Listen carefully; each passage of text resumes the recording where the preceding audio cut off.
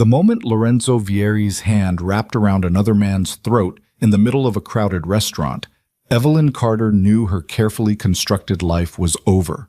For 2 years, she'd been invisible, the perfect secretary, the silent shadow. But one lunch meeting, one wrong table, one possessive kiss that tasted like gunpowder and promises, and suddenly, she wasn't invisible anymore.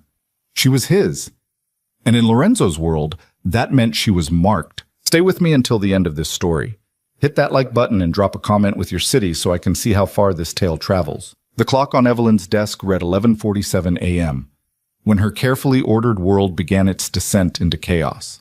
She didn't know it yet. She was too busy color-coding Lorenzo Vieri's schedule for the next quarter, her fingers flying across the keyboard with the practiced efficiency of someone who'd spent 2 years learning to anticipate a dangerous man's needs before he voiced them. The office was quiet. That particular kind of quiet that meant Lorenzo was in a meeting 3 floors down. The kind of meeting where men spoke in careful euphemisms and left with either deals or regrets. Evelyn preferred it when he was gone.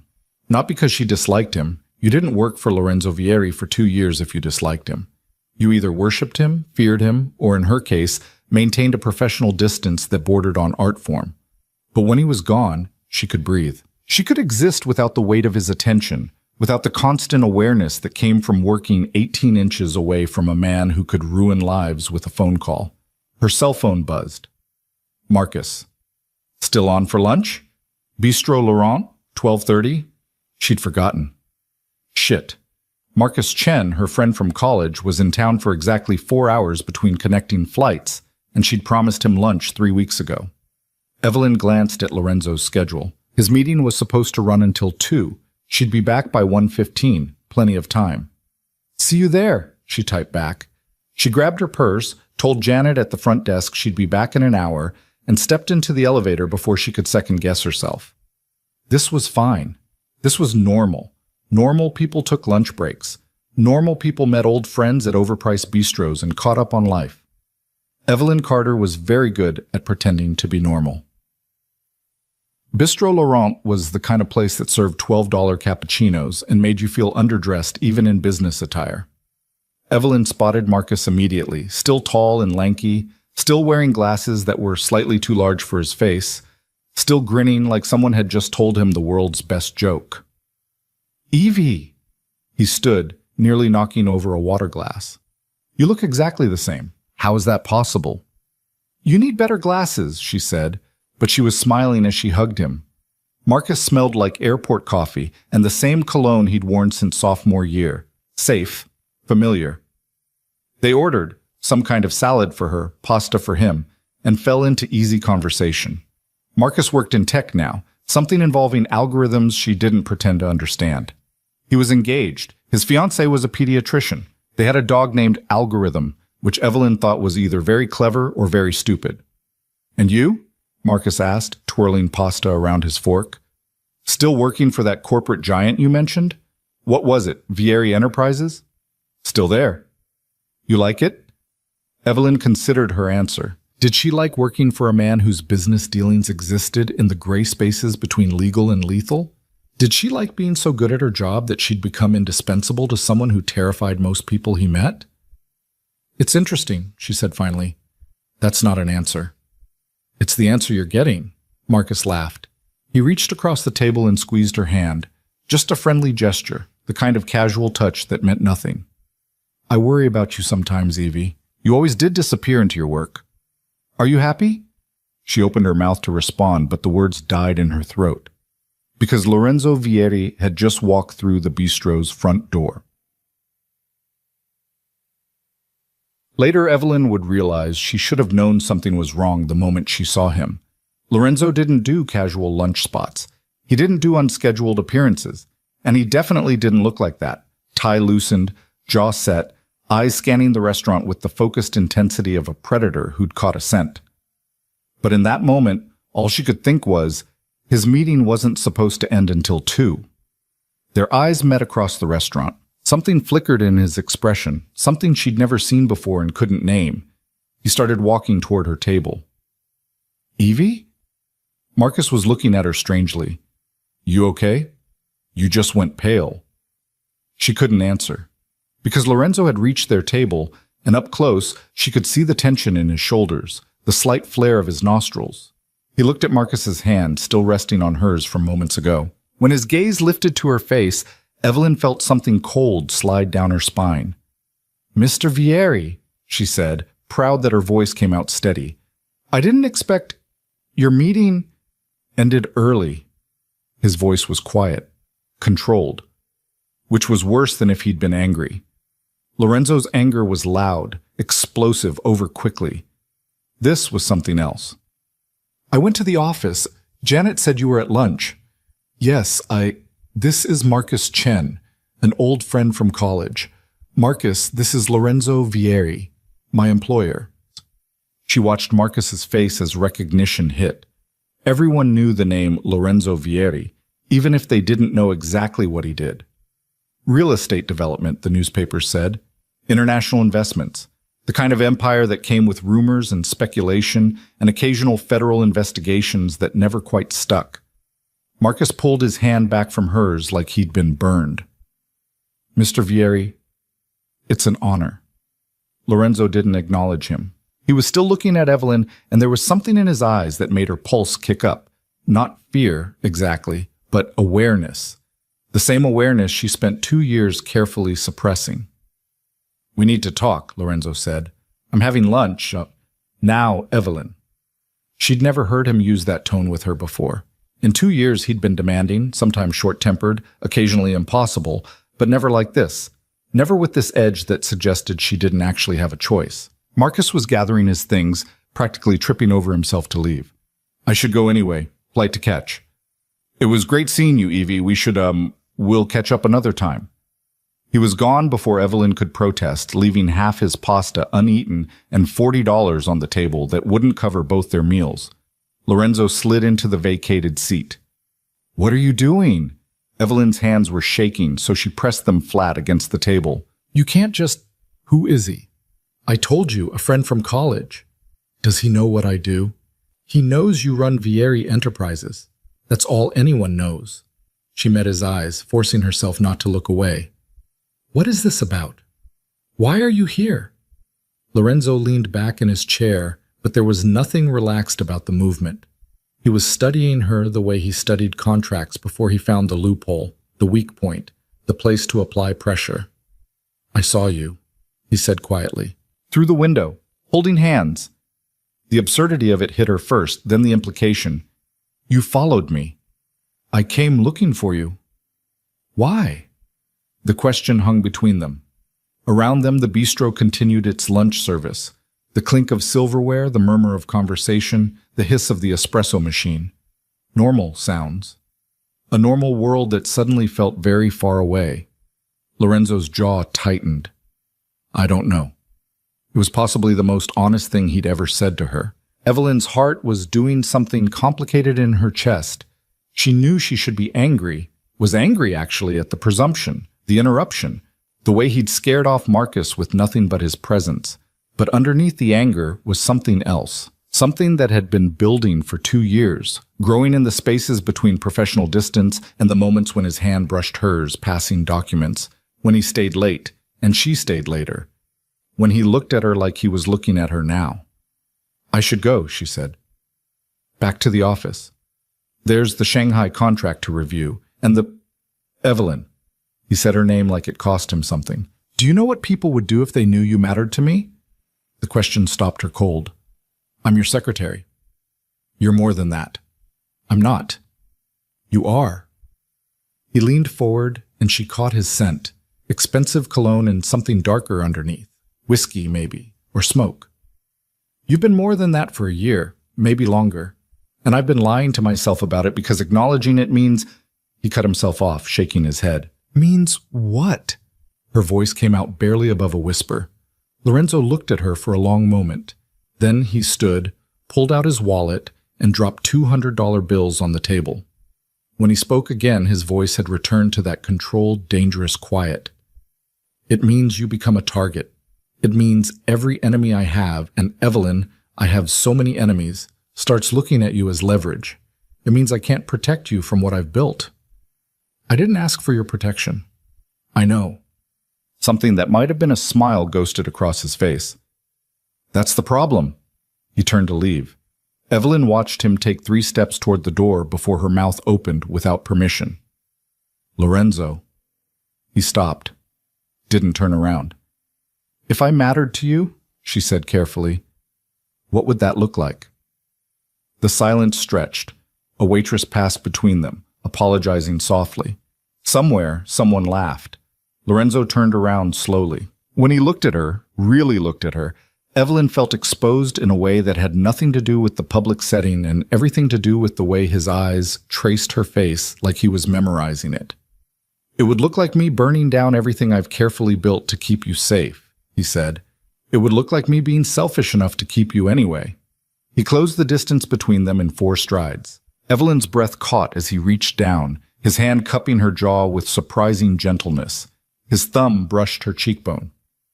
It would look, he said quietly, like this. Then he kissed her. If anyone had asked Evelyn Carter what she thought her first kiss with Lorenzo Vieri would be like, not that she'd spent 2 years absolutely not thinking about it, she would have imagined something controlled, calculated. A careful negotiation between 2 people who'd spent years maintaining professional distance. This was nothing like that. This was hunger and possession and 2 years of tension snapping like an overstretched wire. His hand slid into her hair, tilting her head back, and she made a sound she'd be embarrassed about later. The kiss tasted like bad decisions and burnt bridges, and she didn't care. Her hands found his shirt, fisting in the expensive fabric, pulling him closer, even though they were in public, even though this was insane, even though a throat cleared loudly nearby. Then again, Lorenzo pulled back slowly, his eyes dark and unfocused. His thumb traced her bottom lip, which Evelyn realized was probably swollen and obviously kissed. Around them, the bistro had gone quiet. She could feel the weight of at least 20 pairs of eyes. Well, Lorenzo said, his voice rough. I suppose that answers your question. Evelyn's face burned. She couldn't look at the other diners, couldn't process what had just happened, could only focus on the fact that Lorenzo was still touching her, his hand now resting against her neck, his thumb against her pulse point where her heart was trying to break out of her chest. People are staring, she managed. Let them. Lorenzo, come with me. It wasn't quite a question. Where? Anywhere, nowhere, I don't care. His hand dropped from her neck, but he caught her hand instead, threading his fingers through hers. I'm done pretending you don't matter.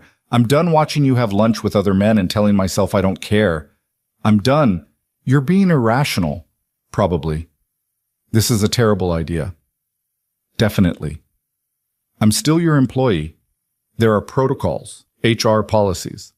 Lorenzo laughed, actually laughed, a sound she'd heard maybe 3 times in 2 years. Evelyn, I own the company. I am the HR policy. He had a point.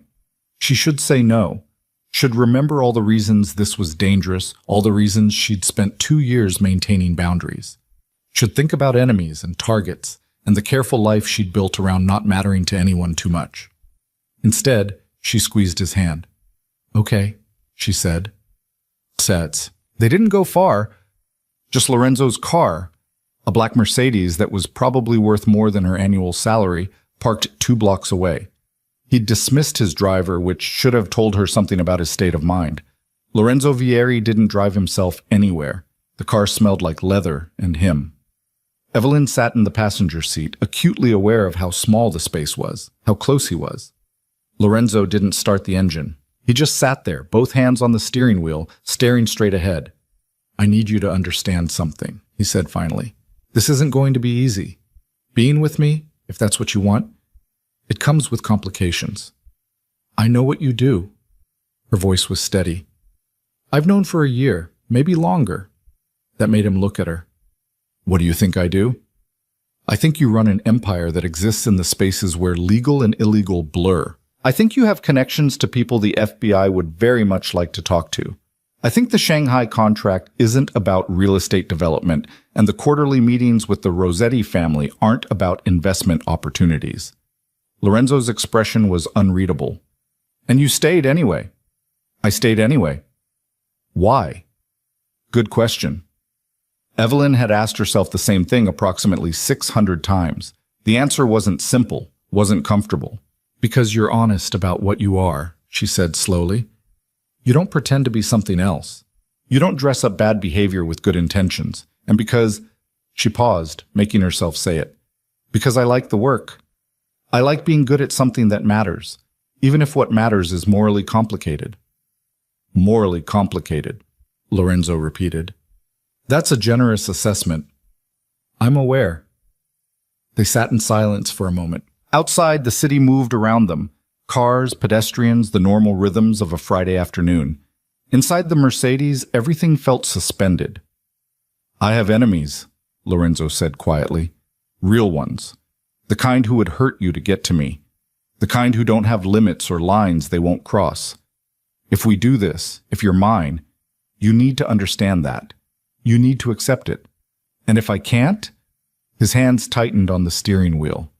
Then we end this now. You go back to the office, we pretend the last hour didn't happen, and I'll find you a new position somewhere else.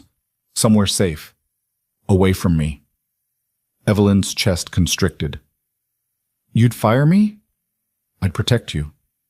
Even if it means losing you. She believed him. That was the terrifying part. Lorenzo Vieri, who controlled an empire with calculated ruthlessness, would let her go if he thought it was safer. Would remove her from his life even though it clearly cost him something. The realization did something to her, cracked something open. I don't want safe, she heard herself say. Lorenzo's head turned sharply. Evelyn, I don't want safe, she repeated, stronger this time. I've been safe my whole life, safe job, safe apartment, safe relationships that never mattered enough to hurt. And you know what safe got me? Nothing. 2 years of going to sleep alone and waking up with nothing to look forward to except more work, more distance, more pretending I don't feel anything. What do you feel? The question was soft, almost tentative, nothing like the commanding presence he usually projected. Evelyn turned in her seat to face him fully. I feel like I've been half asleep for 2 years, and then you walked into that restaurant looking at me like I was yours, and I woke up. So no, I don't want safe. I want... She didn't get to finish. Lorenzo kissed her again, and this time there was no audience, no reason to hold back. His hand cupped the back of her head, angling her mouth against his, and Evelyn kissed him back with 2 years of suppressed want. She tasted desperation on his tongue, felt it in the way he pulled her closer, nearly dragging her across the center console. When they finally broke apart, both breathing hard, Lorenzo pressed his forehead against hers. This is going to change everything, he said. I know. People are going to talk, make assumptions. Let them. There's a gala tonight. Charity auction, very public. Half of high society will be there. If you come with me, if we walk in together, there's no taking it back. Everyone will know. Evelyn's heart hammered. This was it.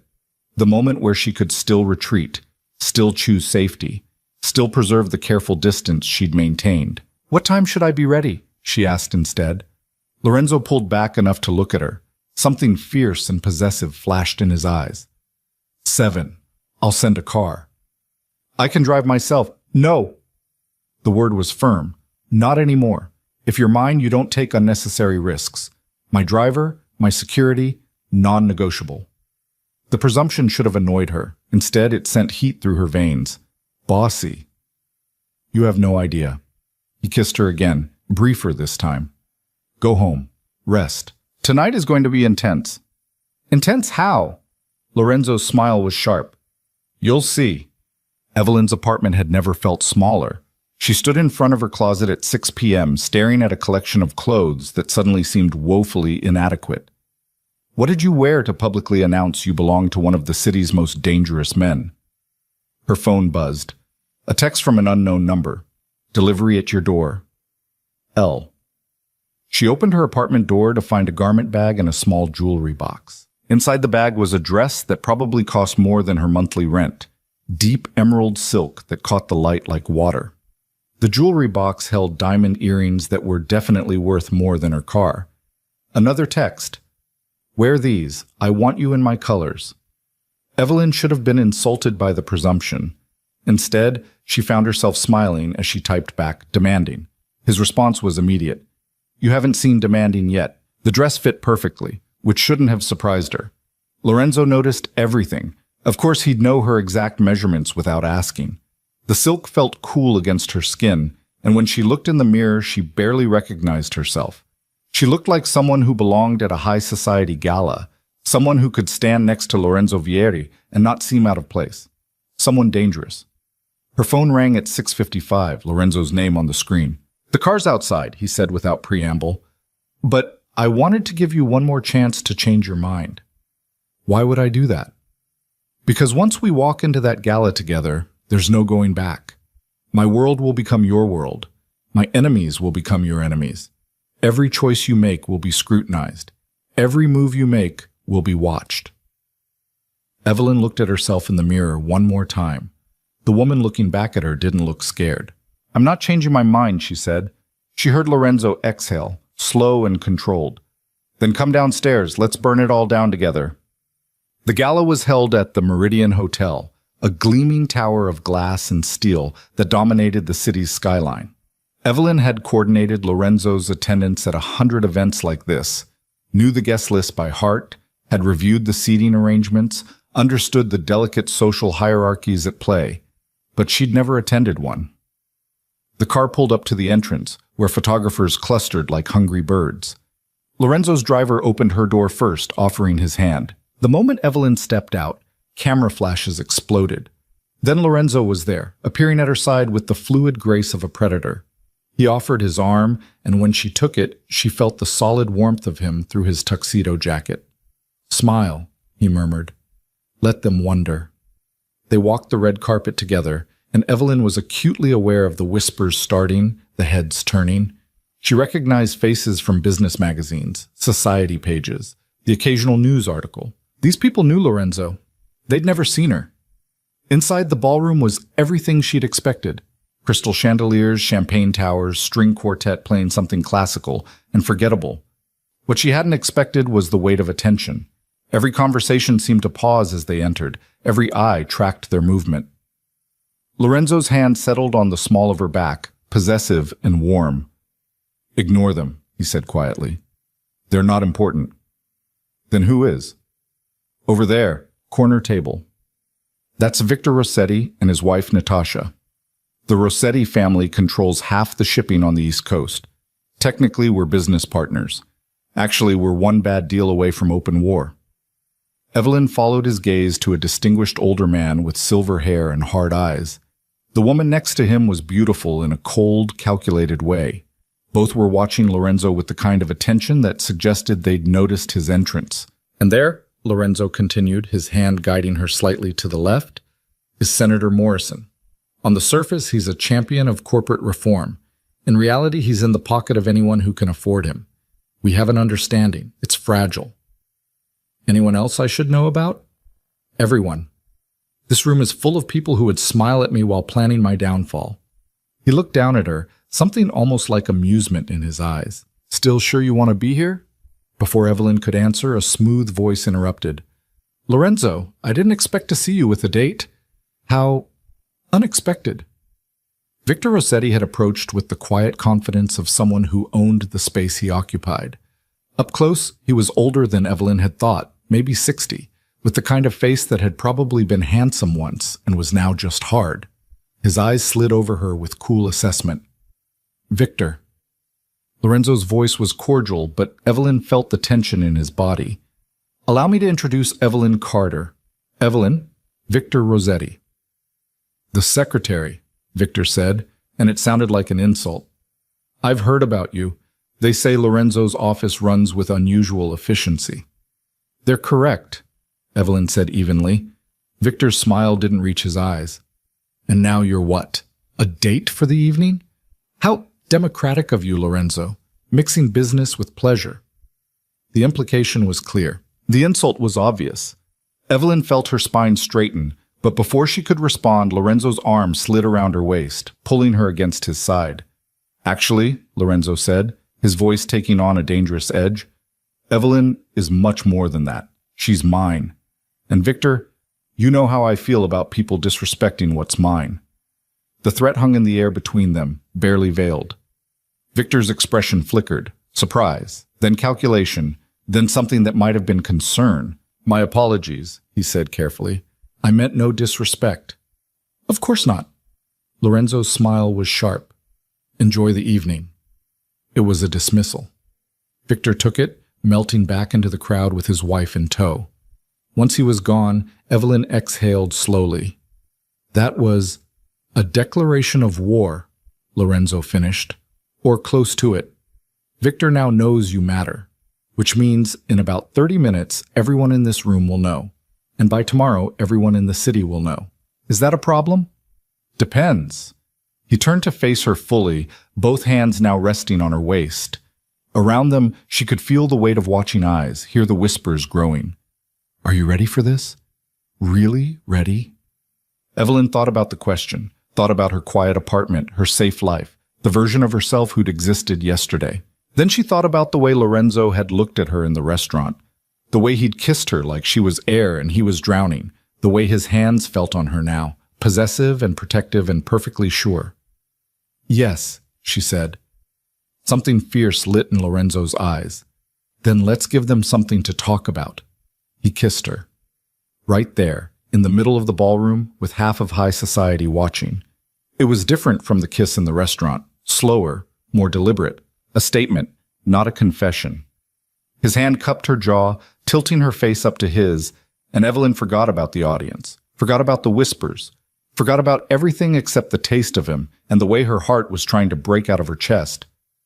When he finally pulled back, the ballroom had gone silent. Lorenzo's smile was dangerous as he looked out at the crowd.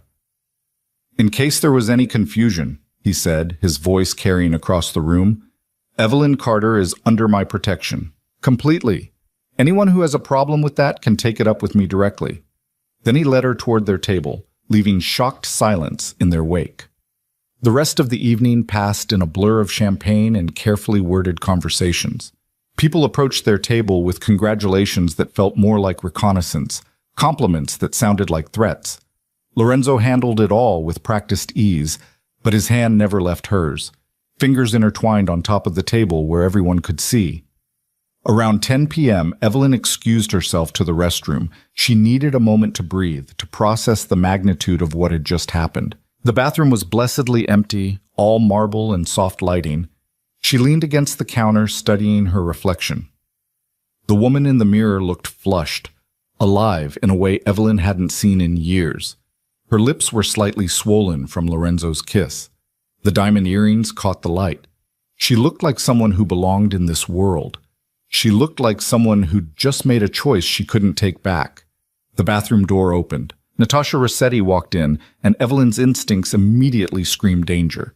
The woman was stunning. Porcelain skin, sharp cheekbones, the kind of beauty that came from good genes and better surgeons. Her smile was cold. "Evelyn Carter," she said, her accent faintly Eastern European. "The surprise of the evening." "Mrs. Rossetti." "Please, call me Natasha." She moved to the mirror, pulling out lipstick with practiced grace. "You know, my husband was quite upset by Lorenzo's little display. He considers it disrespectful." "I'm sorry to hear that." "Are you?" Natasha's eyes met hers in the mirror. "Or are you exactly where you want to be? Attached to a powerful man wearing expensive jewelry, playing dress-up in a world you don't understand?" The words stung because they hit too close. But Evelyn had spent 2 years working for Lorenzo Vieri. She knew how to mask her reactions. "I understand enough," she said evenly. "Do you understand that Lorenzo's enemies will now be your enemies? Do you understand that people like my husband will see you as leverage? That your life just became exponentially more complicated and dangerous?" Natasha finished her lipstick, capped it with a sharp click. "Do you understand that loving Lorenzo Vieri is a death sentence? Then why does Victor do business with him?" That earned her a sharp look. Then, surprisingly, a laugh. "Smart. Maybe you do understand." Natasha moved toward the door, then paused. "A word of advice, girl to girl. Lorenzo is dangerous, but his world is more dangerous. Watch your back, trust no one, and never ever assume you're safe just because you share his bed." She left in a cloud of expensive perfume, leaving Evelyn alone with her racing heart. Lorenzo was waiting outside the bathroom when she emerged. He took one look at her face and frowned. What happened? Natasha Rossetti happened. His expression darkened. What did she say? That loving you is a death sentence. Evelyn tried for a smile. Among other things. Lorenzo's jaw tightened. He took her hand, leading her away from the ballroom toward a quieter corridor. When they were alone, he pulled her against him, one hand cradling the back of her head. She's not wrong, he said quietly. But Evelyn, I need you to hear this. I will protect you, whatever it takes. Whoever comes for you will have to go through me first. That's not reassuring. That's terrifying. I know. He pressed a kiss to her forehead. But it's the truth. You're mine now. That means you're protected by everything I have, everything I am. The Rossettis, the senator, every enemy I've made, they all know that touching you means war, and I'm very good at war. Evelyn pulled back enough to look at him. This is insane. We've known each other for 2 years, and we're just now, we've been dancing around this for 2 years, Lorenzo corrected. Today just forced our hand. Your hand? You forced our hand. You showed up at that restaurant like a jealous asshole? He had the grace to look slightly sheepish. I saw you through the window, saw him holding your hand, and something in me just broke. I couldn't do it anymore. Couldn't pretend I didn't care. Couldn't watch you live your life like I wasn't in it. That's not an excuse for acting like a possessive. He kissed her, swallowing whatever insult she'd been about to throw.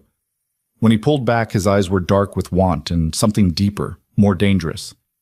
No, he agreed. It's not an excuse. It's a confession. I'm possessive. I'm jealous. I'm a lot of things you probably shouldn't want in a man. But Evelyn, I'm yours.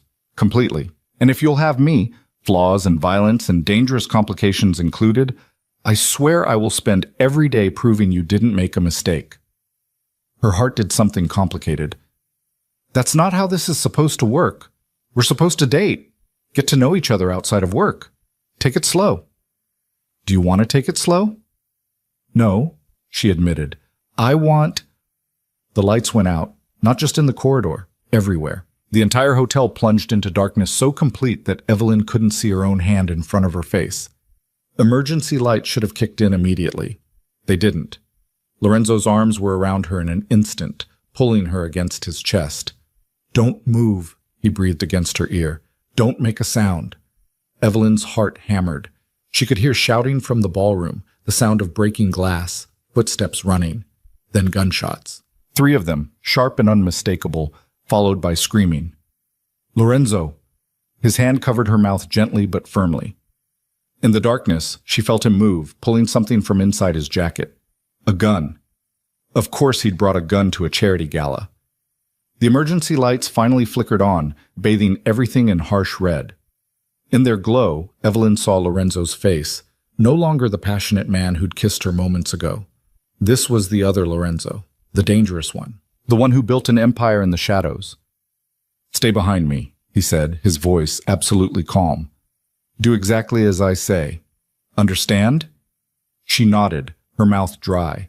They moved back toward the ballroom, Lorenzo slightly ahead, his body positioned to shield hers. The scene inside was chaos.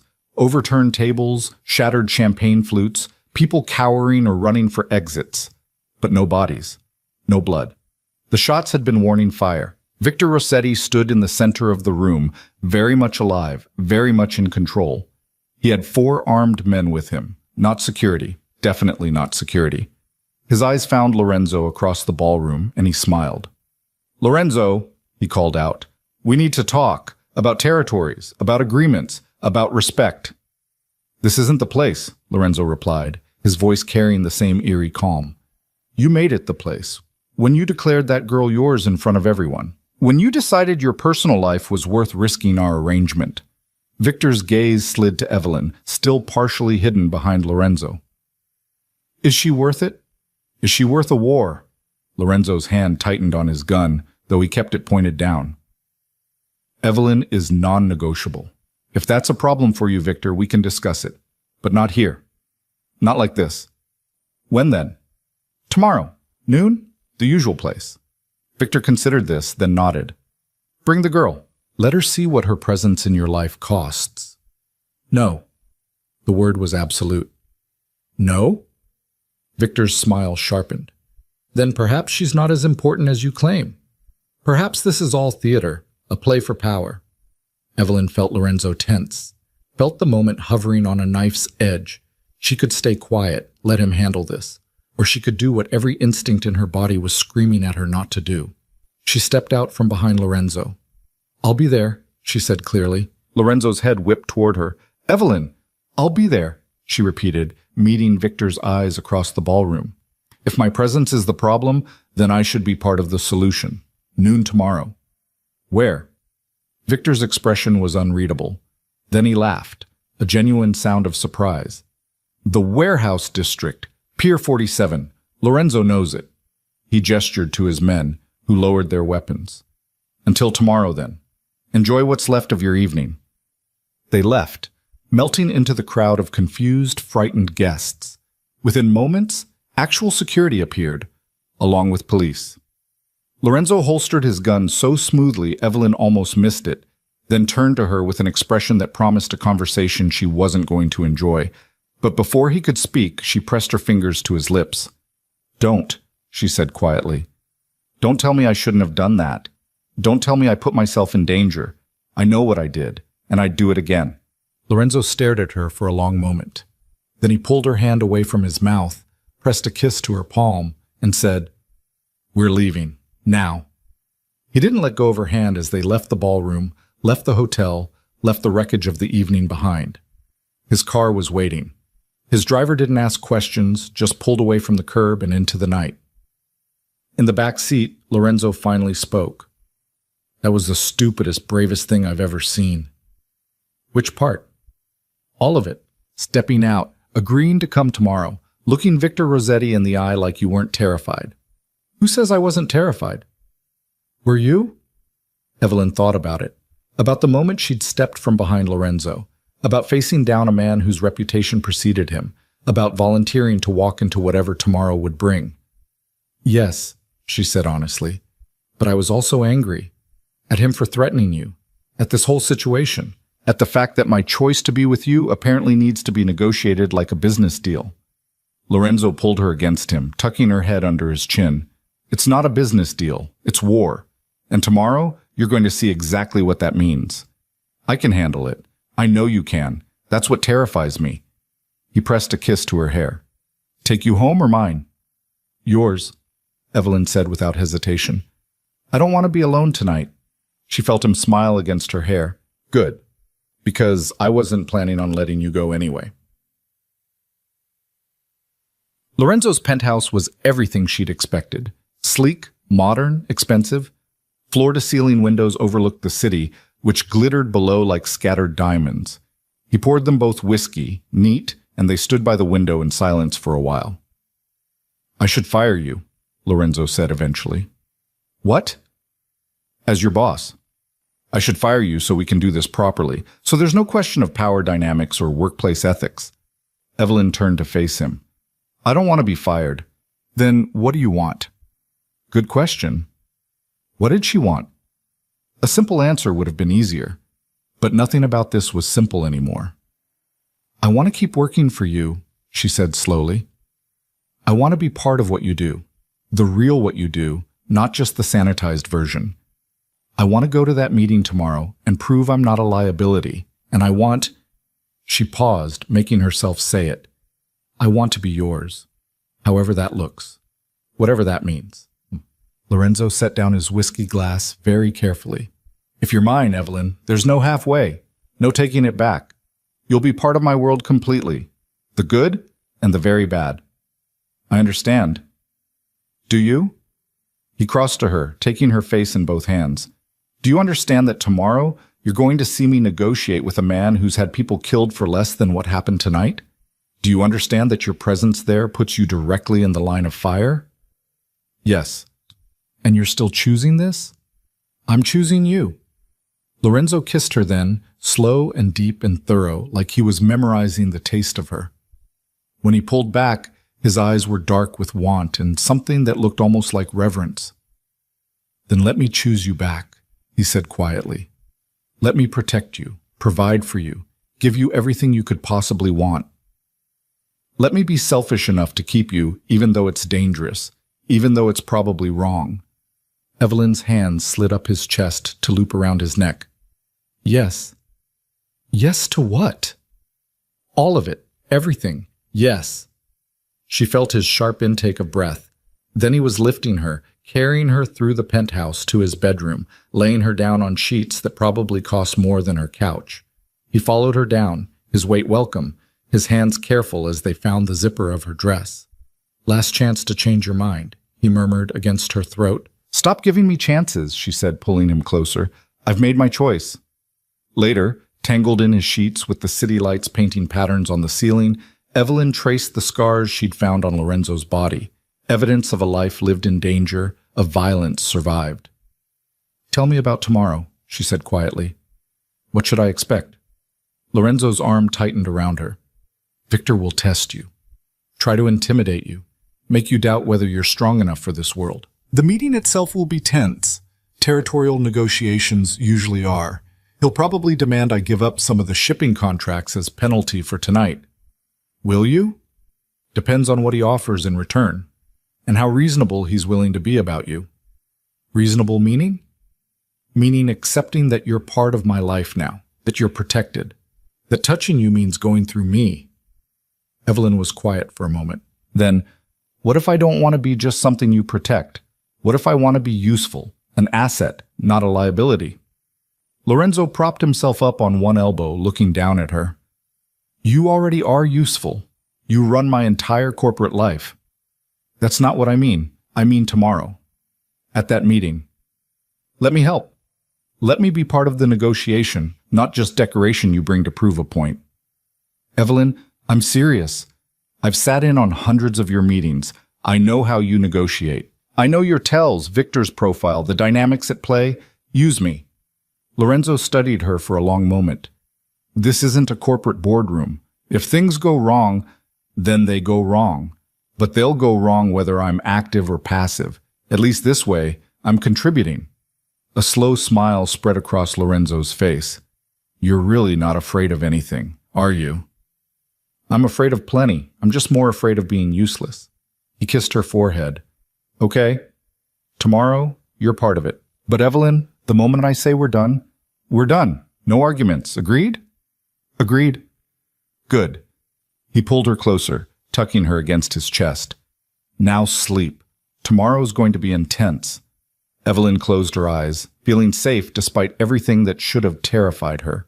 In Lorenzo's arms, in his bed, in his life.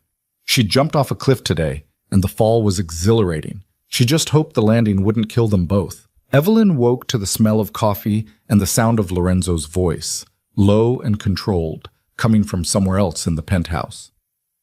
The clock on the nightstand read 6:47 a.m. She'd slept maybe 4 hours, and her body felt it. A pleasant soreness that reminded her exactly how she'd spent the latter half of the night. She found one of Lorenzo's shirts in the closet, pulled it on, and padded barefoot toward the voices. He was in his study, phone pressed to his ear, staring out at the city as dawn broke over the skyline. When he saw her in the doorway, something in his expression softened. I'll call you back, he said into the phone, then ended the call without waiting for a response. You should be sleeping. So should you. I don't sleep much. He crossed to her, hands settling on her waist. Coffee? Please. They moved to the kitchen, and Evelyn watched him pour coffee into expensive mugs with the same precision he brought to everything else. His hair was slightly mussed, and he was wearing pants but no shirt. There were more scars than she'd noticed last night, a puckered mark on his shoulder that looked like an old bullet wound, thin lines across his ribs that suggested knife work. You're staring, Lorenzo said without looking at her. I'm cataloging. Finding anything interesting? Several things. That one on your shoulder. Negotiation gone wrong. 4 years ago. The other party thought shooting me would end the conversation faster. He handed her coffee. It didn't. And your ribs? Different negotiation. Same outcome. He leaned against the counter, studying her. Having second thoughts? About which part? The scars? The violence? Or the fact that we're going to meet with a crime boss in... She checked the time. 5 hours? Any of it. Evelyn sipped her coffee, considering. No. Should I be? Probably. Lorenzo's mouth quirked. Most people would be running by now. I'm not most people. No, he agreed quietly. You're not. His phone buzzed. He glanced at it, and his expression shifted. Not quite concerned, but close. I need to take this. Make yourself at home. There's food, shower, whatever you need.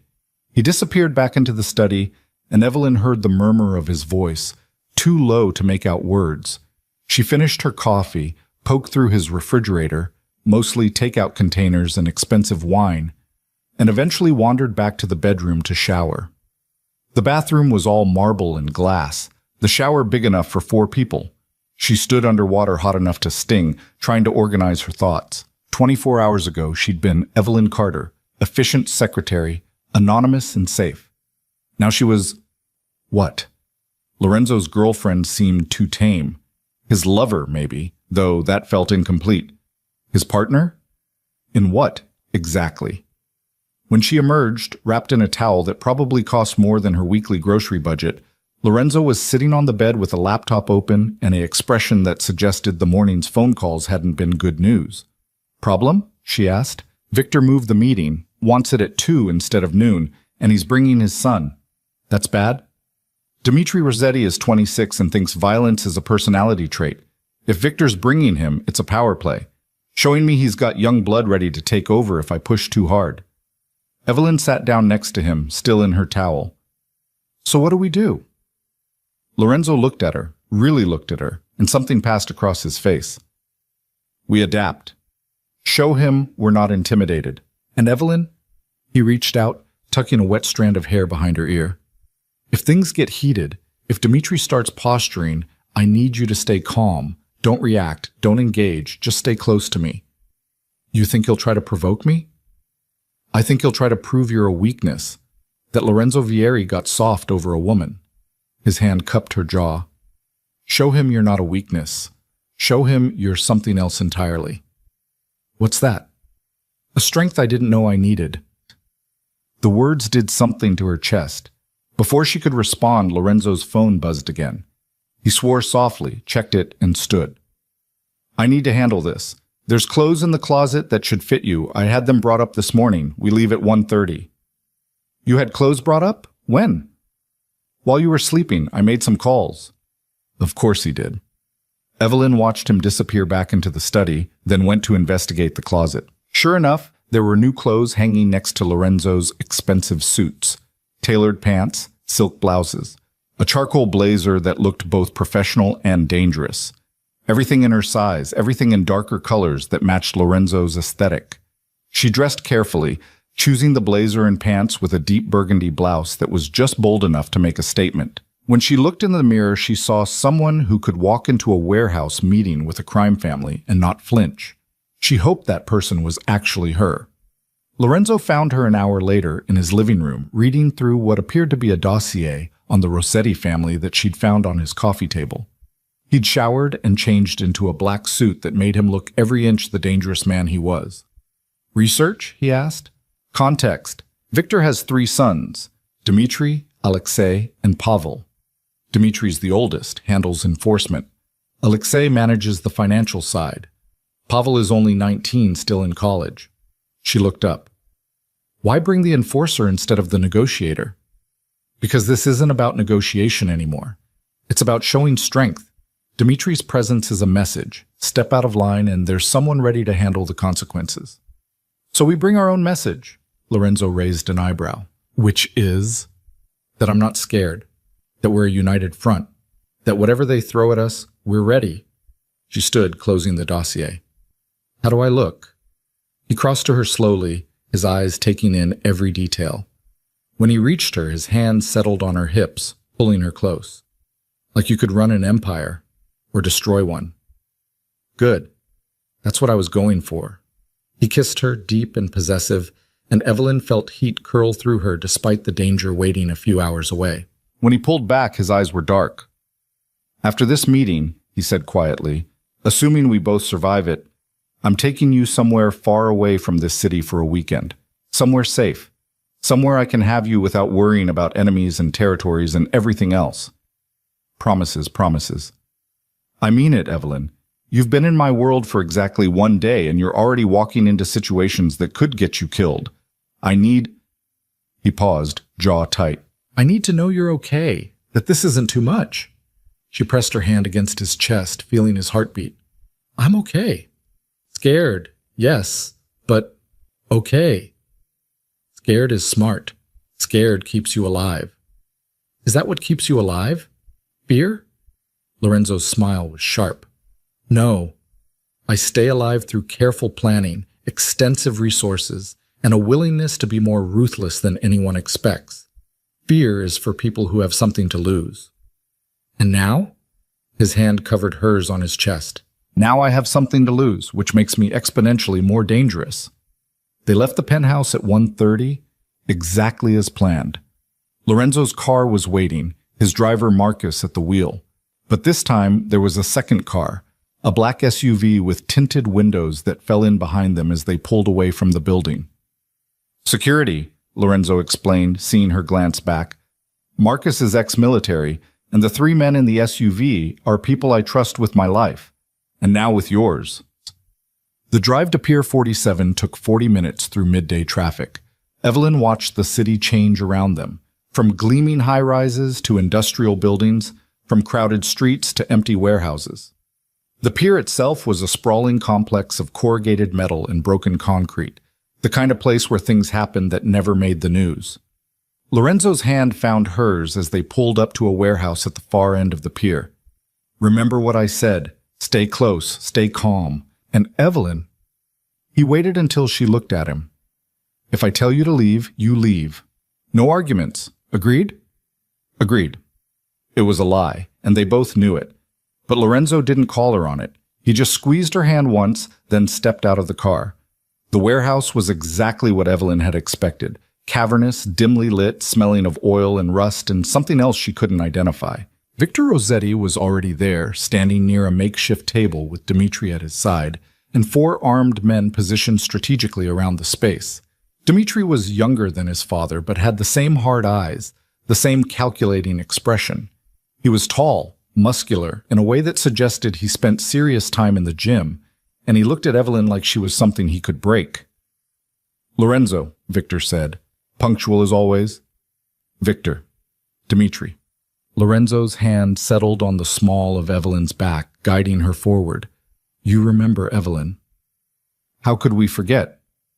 Dimitri's voice was smooth, cultured, completely at odds with the violence in his eyes. The woman who started a war. I didn't start anything, Evelyn said before she could stop herself. I just showed up. Dimitri's smile sharpened, and Lorenzo claimed you, in front of everyone, very dramatic. My son thinks you're a distraction, Victor said, a pretty face that's made Lorenzo forget the realities of our arrangement. Your son is entitled to his opinion, Lorenzo replied, but Evelyn isn't up for discussion. We're here to talk about territories and compensation, nothing else. Everything is up for discussion when you unilaterally change the terms of our partnership. Victor gestured to the table, where maps were spread out, shipping routes, warehouse locations, zones of control marked in different colors. You brought a civilian to our gala. You made a public spectacle. You created a vulnerability where none existed before. Evelyn isn't a vulnerability. Prove it. Dimitri stepped forward, his attention fixed on Evelyn with predatory focus. You say she's an asset, not a liability. Show us. Lorenzo's hand tightened on Evelyn's back, but his voice stayed level. What exactly are you suggesting? A test. Nothing violent. Dimitri's smile suggested otherwise. Just a conversation. Between me and your pretty secretary, let's see if she's as strong as you think. Every instinct in Evelyn's body screamed danger. But she thought about what Lorenzo had said, about not being a weakness, about being a strength. And she thought about the choice she'd made last night, to be part of this world completely. Fine, she said. Evelyn? Lorenzo's voice held a warning. It's fine. I can handle a conversation. She met Dimitri's eyes. What do you want to know? Dimitri circled her slowly, like a shark testing the water. How long have you worked for Lorenzo? 2 years. And in those 2 years, what exactly have you learned about his business? Enough to know that your family controls East Coast shipping and that you're losing ground to the Chen Syndicate out of San Francisco. Enough to know that you need Lorenzo's connections in Europe more than he needs your port access. Enough to know that this posturing is about ego, not actual business interests. The warehouse went quiet. Even Victor looked surprised. Dmitri stopped circling, positioning himself directly in front of her. "Careful," he said softly. "You're talking about things you don't understand." "Am I? Because from where I'm standing, this whole meeting is theater. Your father brings you to look intimidating, Lorenzo brings me to look vulnerable, and everyone pretends we're negotiating when really this is about whether you can accept that Lorenzo's personal life doesn't diminish his business acumen." My, Victor murmured. "She does have a spine." Dimitri's expression had gone cold. "You think you know our business? You think reading some files makes you an insider?" "I think I've spent 2 years managing Lorenzo's schedule, reviewing his contracts, and coordinating meetings with people who would happily kill him if they thought they could get away with it. I think I know more about how this world works than you give me credit for." "Then you know what happens to people who become liabilities. What happens when enemies decide the best way to hurt Lorenzo is through you." "I know the risk." Evelyn held his stare. "I'm here anyway. Brave or stupid? Maybe both." Something that might have been respect flickered in Dimitri's eyes. Then he turned back to his father. "She's got nerve. I'll give her that." "Nerve doesn't stop bullets," Victor said, but he was looking at Evelyn with new assessment. "However, it does suggest this isn't just some passing fancy. Lorenzo, you're serious about this woman." "I told you I was." "Then we have a problem, because serious means permanent. Permanent means she becomes a fixture in our dealings, and that requires adjustments." Lorenzo moved to stand beside Evelyn, his presence solid and grounding. "What kind of adjustments?" Victor gestured to the maps. "You give up the Baltimore port access. We take over distribution through Maryland and Virginia. In exchange, we guarantee Evelyn's safety. Anyone who touches her answers to me personally. She becomes protected under our family's covenant. You're asking me to give up 30% of my East Coast operations in exchange for protecting what's already mine." Lorenzo's voice was dangerous now. "That's not negotiation, Victor. That's extortion. Call it what you want, but the fact remains, you brought a civilian into our world. That creates liability for everyone. We need insurance that you won't make careless decisions because you're thinking with something other than your head." Evelyn felt Lorenzo tense beside her, felt the moment hovering on the edge of violence. In the corners of the warehouse, hands moved toward weapons. This was it, the moment where everything could explode. And suddenly, she knew what to do. "Counter-proposal," she said clearly. All eyes turned to her. Lorenzo's expression was unreadable, but she felt his hand brush against hers, not stopping her, just acknowledging. "I'm listening," Victor said. "You're right that my presence creates complications, but you're wrong about the solution. Lorenzo doesn't need to give up territory to protect me. He needs to prove I'm an asset worth having around." She looked at Dmitri. "You said this meeting was theater, so let's make it productive theater. Give us a problem, something you've been struggling with. Let me show you I can contribute." Victor's eyebrows rose. "You want a job interview?" "I want to prove I'm not dead weight." Evelyn kept her voice steady, even though her heart was trying to break through her ribs. "You give us a problem, we solve it, and then we renegotiate from a position of proven value instead of assumed liability." Dmitri laughed, a sharp surprise sound. "You're either very smart or very insane." Again, maybe both. Victor and Dmitri exchanged a look, some silent communication passing between them. Then Victor nodded slowly. "All right, you want to prove yourself? The Chen Syndicate has been pushing into our territory. 3 of our shipments have been intercepted in the last month. We know they have someone on the inside, someone feeding them information about routes and timing. Find the leak. You have 1 week." "That's a security issue," Lorenzo said. Not something a secretary should be able to solve?" Victor smiled. "Exactly. If she can do it, she's proven herself valuable. If she can't, then we proceed with my original terms. Either way, we get a resolution." Evelyn looked at Lorenzo. His jaw was tight, every line of his body radiating tension. But he didn't say no. Instead, he looked at her, and she saw the question in his eyes. She nodded. "We'll find your leak," Lorenzo said, "but when we do, we renegotiate everything. Not just Evelyn's place in this arrangement, everything." "Agreed." Victor extended his hand. "1 week, Lorenzo. Don't disappoint me." They shook, and the meeting was over. Lorenzo guided Evelyn back to the car, his hand never leaving her back. Marcus pulled away from the warehouse, to the SUV following close behind. The moment they were away from Pier 47, Lorenzo pulled her against him. "That was the most reckless, brilliant thing I've ever witnessed." "I'm not sure if that's a compliment." "It's both." He tilted her face up to his. "You just bought us time and turned a losing negotiation into a challenge. But Evelyn, do you understand what you've committed to? Finding an informant inside the Rossetti organization in 1 week is nearly impossible." "Nearly isn't definitely." She pulled back enough to look at him properly. "You have resources, contacts. I have 2 years of experience tracking information and connecting dots. We can do this. And if we can't, then we deal with the consequences, together." Lorenzo was quiet for a long moment, studying her face like he was looking for cracks, for doubt. "You're not what I expected," he said finally. "What did you expect?" "Someone who would need protecting, someone I'd have to shield from the worst parts of my world." His hand cupped her cheek. "Instead, I got someone who walks into warehouses and volunteers for impossible tasks." "Disappointed?" "Terrified," he admitted. "But also," he kissed her, deep and claiming, "also more certain than I've ever been that you're mine." They went back to Lorenzo's penthouse, and for the next 3 hours, they worked. Lorenzo made calls, pulled files, reached out to contacts who owed him favors. Evelyn went through the Rossetti shipment records she'd glimpsed on the warehouse table, cross-referencing them with information she'd absorbed over 2 years of managing Lorenzo's shipping contracts.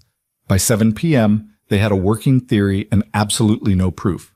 "The leak has to be someone with access to route information at least 3 days in advance," Evelyn said, staring at the timeline spread across Lorenzo's dining table. "That narrows it to maybe 15 people in Victor's organization. Could be more if they're pulling information from multiple sources."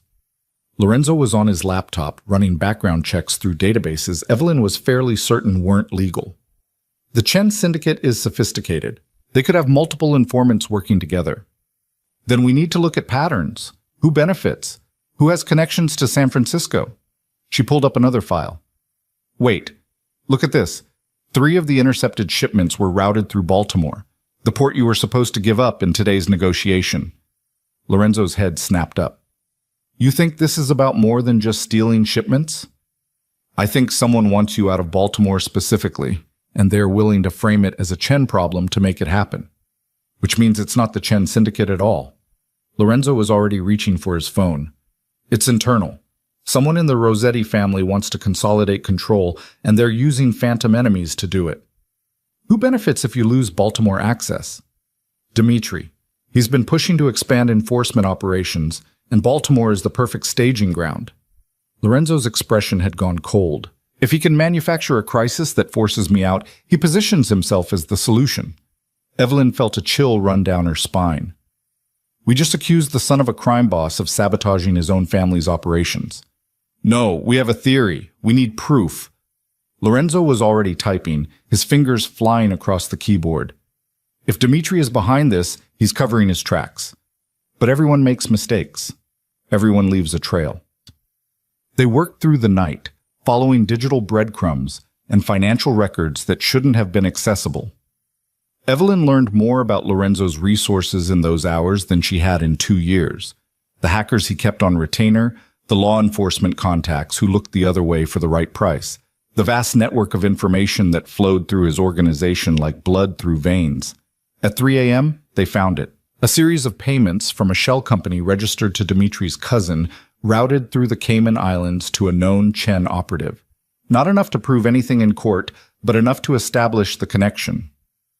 "He's paying the Chen Syndicate to intercept his own family's shipments," Evelyn breathed, "creating a crisis so Victor has to make concessions.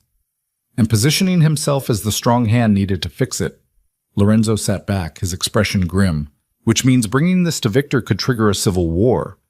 Father versus son, succession crisis, the whole organization fracturing. Or Victor already knows, and this is all a test to see if we're smart enough to figure it out. Lorenzo looked at her sharply. Explain. Victor brought Dmitri to the meeting today. He let his son provoke us, challenge us. But he's not stupid. He knows his own son. What if the leak investigation was never about finding an informant? What if it was about seeing if we could identify the real problem without being told? You think Victor suspects Dmitri? I think Victor wants to know if we're smart enough to navigate family politics. If we bring this to him directly, we prove we can handle the complexity. If we just find some low-level informant to sacrifice, we miss the bigger picture. Lorenzo was quiet, processing. Then he pulled her into his lap, his arms wrapping around her waist. You're brilliant, you know that? I'm learning the game. Fast learner. He kissed her neck. We take this to Victor tomorrow. Show him everything we found. Let him decide how to handle his son. And if he decides to kill Dmitri? Then Dmitri should have thought twice before trying to manipulate us. Lorenzo's voice was hard. This world doesn't have room for mercy, Evelyn. Only consequences. She leaned back against him, feeling the solid warmth of his body, the steady beat of his heart. I'm starting to understand that. Bothered? Was she?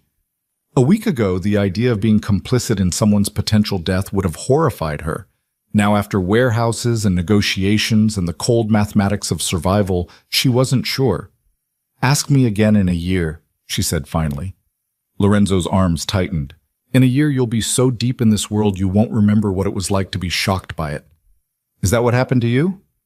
No. I was born into this. My father ran an empire, my grandfather before him.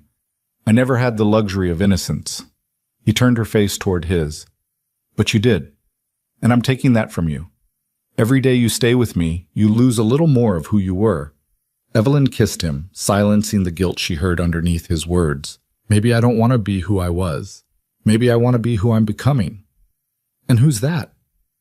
Someone who doesn't run when things get dangerous, someone who solves problems instead of hiding from them, someone who... She paused, making herself say it. Someone who belongs with you. Lorenzo kissed her like she was oxygen, like he'd been drowning and she was air.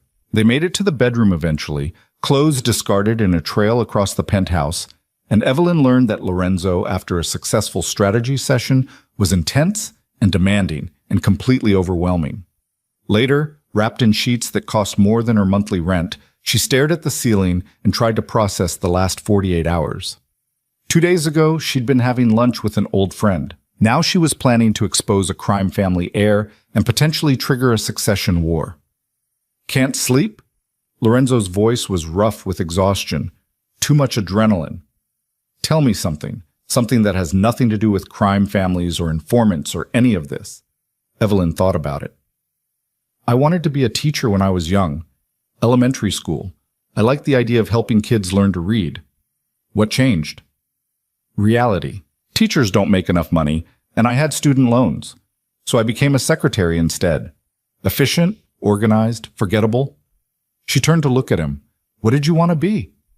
Lorenzo's smile was sad. I wanted to be normal, have a normal job, normal relationships, a normal life where people didn't fear me. But that was never an option. My father made sure of it. Do you hate him for that? Sometimes. Mostly I accept it. This is who I am. This is what I'm good at. His hand found hers under the sheets. But Evelyn, you still have a choice. You could walk away, find that teaching job or something close to it, have the normal life you wanted. Is this you trying to push me away? This is me making sure you know the exit is there. Evelyn rolled to face him fully. I don't want the exit. I want this. Complicated, dangerous, morally ambiguous. I want all of it. I want you. Lorenzo pulled her close, his face buried in her hair. Then you've got me, all of me. Everything I am, and everything I've done, and everything I'm going to do, I'm yours, Evelyn Carter, completely. They fell asleep tangled together, and for the first time in years, Evelyn didn't dream of safety. She dreamed of power, of standing beside Lorenzo while empires rose and fell, of being exactly where she belonged. She woke to sunlight, and the smell of coffee and Lorenzo already dressed, phone pressed to his ear, looking out at the city with the kind of focus that meant something had changed. He ended the call when he saw her stirring.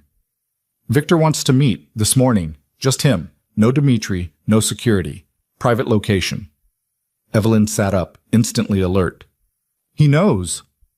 Either that or he wants to know what we found.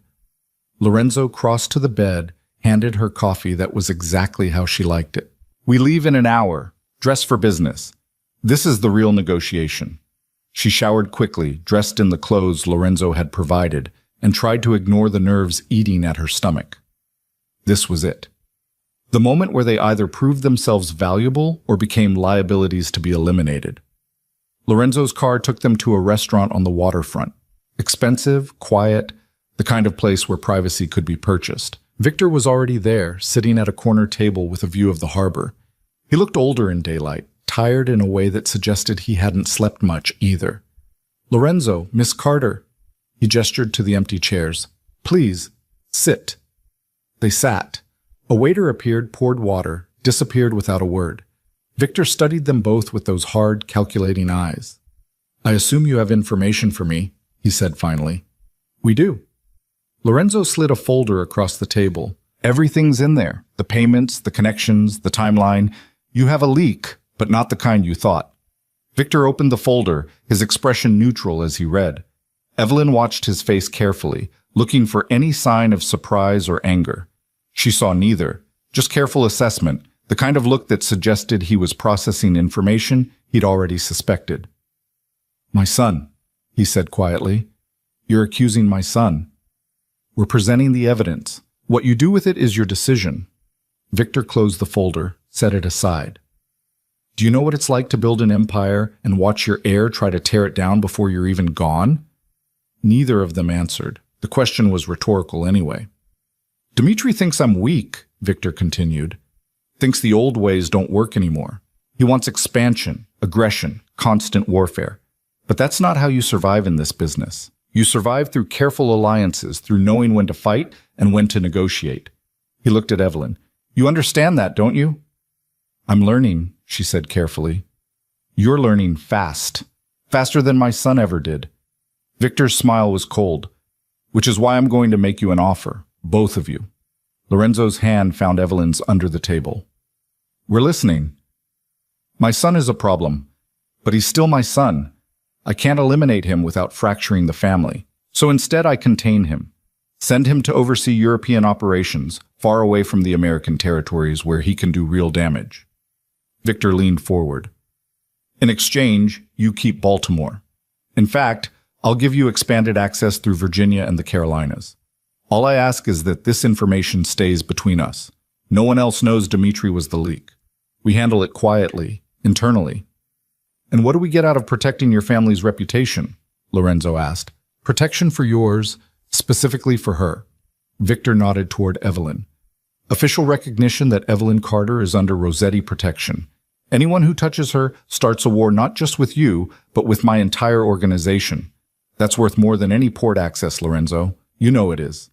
Evelyn felt the weight of the offer. This was more than business negotiation. This was being formally recognized as part of Lorenzo's world, with all the protection and danger that entailed. We need to discuss this, Lorenzo said. Of course. You have until tomorrow evening. Victor stood, leaving the folder on the table. But Lorenzo, understand, this offer expires once. If you decline, we proceed with standard protocols. And those protocols don't include special protections for civilians who get involved in family business. He left, and Evelyn finally released the breath she'd been holding. That was a threat, she said. That was a negotiation wrapped in a threat. Lorenzo was staring at the folder. He's giving us everything we wanted and asking for discretion in return. It's actually a good deal. Except we're covering up Dimitri's betrayal. We're accepting political reality. Victor can't kill his own son without consequences, but he can remove him from power, which accomplishes the same goal. Lorenzo turned to her. The question is whether you're comfortable with it. Being under official protection means being officially part of this world. No more deniability. No more pretending you're just my secretary. Evelyn thought about it, about safety and danger, and the careful line between them. About the woman she'd been a week ago and the woman she was becoming. "Accept the deal," she said. "You're sure?" "I'm sure. If I'm going to be part of your world, I want the protection that comes with it. And if that means keeping Victor's secrets, that's the price we pay." Lorenzo kissed her, right there in the expensive restaurant with the waiter pretending not to notice. "Then it's done. Tomorrow, you become officially mine, under Rossetti protection, recognized by every family from here to the West Coast. No pressure? None at all." His smile was sharp. "Welcome to the Empire, Evelyn Carter. Try not to get yourself killed." The formal acceptance came through 24 hours later in the form of a dinner invitation that was really a summons. The Rossetti Estate, 8 p.m., black tie required. Lorenzo's response had been terse and immediate. They'd be there. Now Evelyn stood in front of the mirror in Lorenzo's bedroom, wearing a dress that cost more than her first car. Midnight blue silk that hugged every curve, with a neckline just low enough to be dangerous. Diamond earrings that Lorenzo had presented to her an hour ago without ceremony. Just a velvet box left on the bathroom counter while she showered. "Stop fidgeting," Lorenzo said from the doorway. He was already dressed, black tuxedo that made him look like he could either run a Fortune 500 company or orchestrate a murder with equal efficiency. Probably because he could do both. "I'm not fidgeting. You've adjusted that necklace 4 times in the last minute." He crossed to her, his hands settling on her shoulders. "Nervous? Terrified? There's a difference." His reflection smiled behind hers in the mirror. "Good. Terrified means you're taking this seriously. Tonight isn't just dinner, Evelyn. It's a ceremony. By the end of the evening, you'll be formally recognized by every major family on the East Coast as under my protection, which means every enemy I have will be looking for weaknesses." Reassuring. It's meant to be honest. He turned her to face him, his hands cupping her face. "Last chance to back out. We can cancel, disappear for a while, figure out something else." Evelyn looked at him, really looked at the man who'd upended her entire life in less than a week. There were shadows under his eyes that suggested he'd slept as poorly as she had, a tension in his jaw that meant he was more worried than he wanted to admit, and underneath it all, something fierce and protective that made her chest ache. "I'm not backing out," she said, "but Lorenzo, I need you to promise me something. Anything. Don't treat me like I'm fragile. Tonight, tomorrow, whenever things get dangerous, don't shield me from it. I need to see everything, understand everything. If I'm going to survive in your world, I need to know how it actually works." Something that might have been pride flickered in his eyes. "You're going to be magnificent. You know that?" "I'm going to try not to embarrass you." "Impossible." He kissed her forehead. "You could show up in sweatpants and you'd still outclass half the people there. But since you're not—" He stepped back, taking her in fully. "You look like you could burn the world down and make everyone thank you for it." "Is that a compliment?" "It's the truth."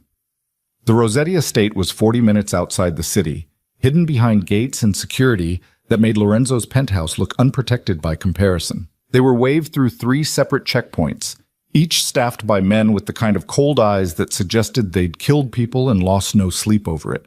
The house itself was massive, old money architecture trying to look respectable while housing anything but.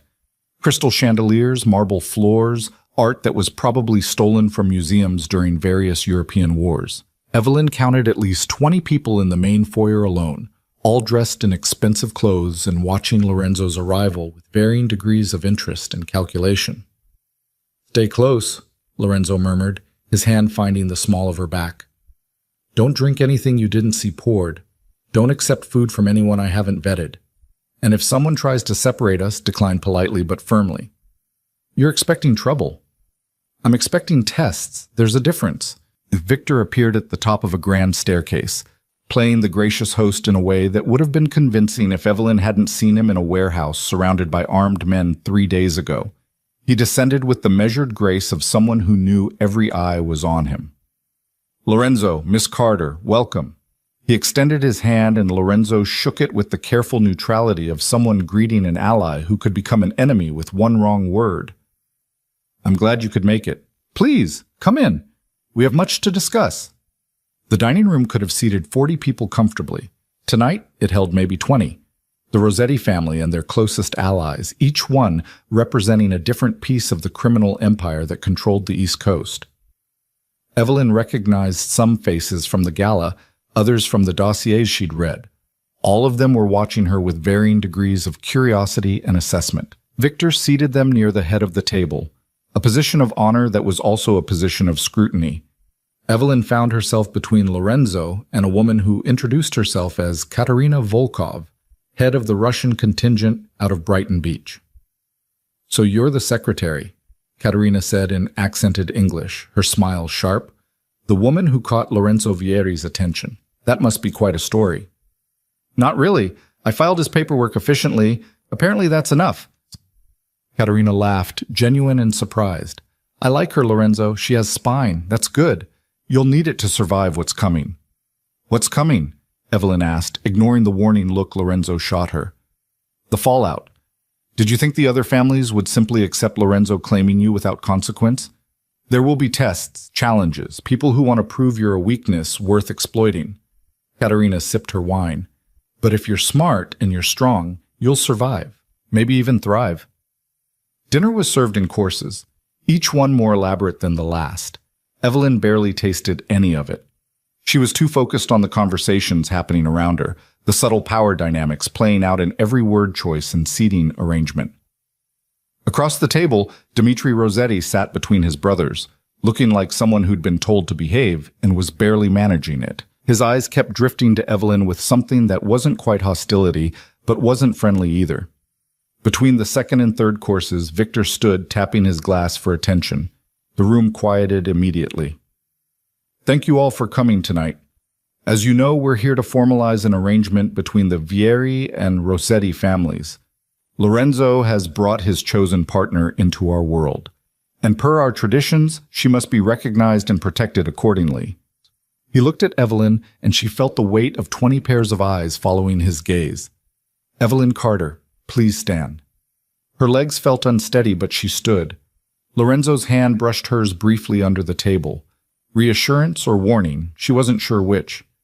"Do you understand what's being offered tonight?" Victor asked. "Protection under the Rossetti covenant means you're recognized as part of Lorenzo's household. It means harming you is equivalent to harming him, but it also means accepting the responsibilities and consequences that come with that recognition. Do you accept these terms?" Evelyn's mouth was dry. This was it, the moment where there was truly no going back. She could feel Lorenzo's tension, could sense him ready to intervene if she hesitated, but she didn't need intervention. "I accept," she said clearly. "Then let it be known, Evelyn Carter is under the protection of both the Vieri and Rossetti families. Any action against her will be considered an act of war." Victor raised his glass. "To new alliances and old traditions." The room echoed the toast, but Evelyn caught the undertones. Some voices enthusiastic, others merely polite. Not everyone was happy about this arrangement. Not everyone thought she deserved protection. As she sat down, Dimitri's voice carried across the table. "Tell me, Miss Carter, what exactly qualifies you for such an honor? Besides warming Lorenzo's bed?" The room went silent. Evelyn felt Lorenzo go rigid beside her, felt the moment balance on a knife's edge. She could let Lorenzo handle this, let him defend her honor and prove Dimitri's rudeness, or she could handle it herself. "I solved a problem your family couldn't," she said evenly, meeting Dimitri's eyes. "Found a leak in your organization in less than a week. That seems like qualification enough." Dimitri's expression darkened. "You solved nothing. You pointed fingers based on circumstantial evidence." "Did I? Then why are you being shipped off to Europe next month? That's not a promotion, Dmitri. That's exile." She shouldn't have said it. The words were out before she could stop them, and the moment they landed, she knew she'd crossed a line. Dimitri's face went white, then red. His hand moved towards something under the table. A weapon, probably. But his father's voice cut through the tension. "Dmitri, sit down, now." For a horrible moment, Evelyn thought he wouldn't comply, thought this was about to turn into the kind of violence Lorenzo had warned her about.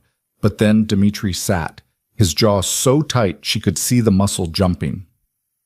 "Apologies," he said, the word clearly costing him. "I spoke out of turn." "Yes, you did. Victor's voice was cold. And Miss Carter is correct. You are being reassigned to oversee European operations. Consider it an opportunity to prove you can handle responsibility without creating catastrophes. The rest of the dinner passed in strained civility. People made polite conversation, discussed business in careful euphemisms, and pretended the confrontation hadn't happened. But Evelyn could feel the shift, the way people looked at her differently now, assessing her not as Lorenzo's weakness, but as someone who'd just publicly humiliated a Rossetti's son and walked away unscathed. After dessert, the gathering broke into smaller groups. Lorenzo was pulled into a conversation about shipping routes with several of the older men, leaving Evelyn standing near the elaborate bar with a glass of champagne she had no intention of drinking. That was either very brave or very stupid, a voice said behind her. Natasha Rossetti, looking elegant in black lace and diamonds. I haven't decided which. Your husband's son insulted me. I responded. Yes, you did, and now Dmitri will spend the rest of his life waiting for an opportunity to repay that humiliation. Natasha studied her with those cold, calculating eyes. Do you understand the enemy you just made? I understand he was already an enemy. I just made it official. Something that might have been respect flickered across Natasha's face. You're learning faster than I expected. Most people take years to understand how this world works. You've grasped it in days. I had good teachers. Lorenzo is teaching you about power. Let me teach you about survival. Natasha moved closer, her voice dropping. Dmitri is dangerous because he's insecure. Men like that, men who feel they have something to prove, they're unpredictable. They take risks that smarter people avoid. Watch your back, Miss Carter. Even in exile, he'll be looking for ways to hurt you. Why are you warning me? Because I like you, and because having you around might actually be good for Lorenzo. He's been alone too long, made too many decisions based purely on logic. You make him human again. That's valuable. Natasha's smile was sharp. But it's also dangerous. Human Lorenzo makes mistakes. Mistakes get people killed. Before Evelyn could respond, Lorenzo appeared at her side, his hand settling possessively on her waist. Natasha, lovely to see you. Lorenzo, take care of this one. She's got potential. Natasha drifted away, leaving them alone in the corner of the crowded room. What did she say to you? Lorenzo asked quietly. That I made an enemy tonight. That Dmitri will come for me eventually. She's right. But Evelyn, Dmitri was already an enemy the moment we exposed him. Tonight just made it personal. He turned her to face him. Are you okay? I don't know. Ask me when we're out of this house. They left an hour later, after more handshakes and careful conversations, and the kind of political maneuvering that made Evelyn's head ache. The car ride back to the city was quiet, Lorenzo's hand holding hers in the darkness, while Marcus navigated through light traffic. I shouldn't have said it, Evelyn said finally. About the exile, that was stupid. That was honest.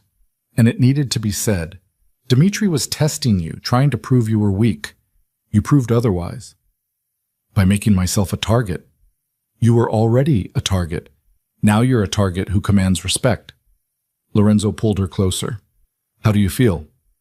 Evelyn thought about it. About standing in front of 20 criminals and accepting protection. About facing down Dmitri Rossetti. About the woman she'd been a week ago versus the woman she was becoming. Powerful, she admitted, and terrified, and like I just jumped off a cliff without checking if there's water below. There's no water, just more cliffs. That's how this world works. It's just falling and hoping you land somewhere you can climb back up from. Reassuring. It's the truth. He kissed her temple. But Evelyn, you're not falling alone. Whatever comes next, we face it together. They spent the night at Lorenzo's penthouse, but neither of them slept much. Evelyn kept replaying the dinner, analyzing every conversation, every subtle threat. Around 3 a.m., she gave up pretending and went to Lorenzo's study, where he was already awake, working on his laptop with the kind of focus that suggested he was planning something. Can't sleep either? She asked from the doorway. Too much adrenaline. He gestured to the chair beside his desk. Come here. I want to show you something. She sat, and he turned the laptop toward her. On the screen was a complex web of connections, names, locations, business holdings, all linked together in ways that suggested years of careful organization. This is my empire, Lorenzo said quietly. Every business, every connection, every asset I control. I want you to understand it. All of it. Why? Because if something happens to me, you need to know how to protect yourself, how to access resources, call in favors, navigate the power structures. He pulled up another file. These are my closest allies, people who owe me loyalty. And these, he clicked again, these are my enemies, active threats that could move against us at any time. Evelyn stared at the list. There were at least 30 names, maybe more. This many people want you dead? Want me gone anyway. Dead is just the most efficient method. Lorenzo's smile was dark. Welcome to the life, Evelyn. This is what you signed up for. They spent the rest of the night going through files, Lorenzo explaining the intricate web of alliances and enmities that kept his empire functioning. By the time dawn broke over the city, Evelyn's head was swimming with information. Who controlled what territory? Which families were trustworthy? Where the real power lay beneath the official hierarchies? This is insane, she said, rubbing her eyes. How do you keep track of all this? Practice and paranoia. In this world, the moment you stop being paranoid is the moment someone kills you. He closed the laptop. Coffee? Please. And food. I'm starving. They were in the kitchen when Lorenzo's phone rang. He glanced at the screen and his expression shifted. Not quite alarm, but close.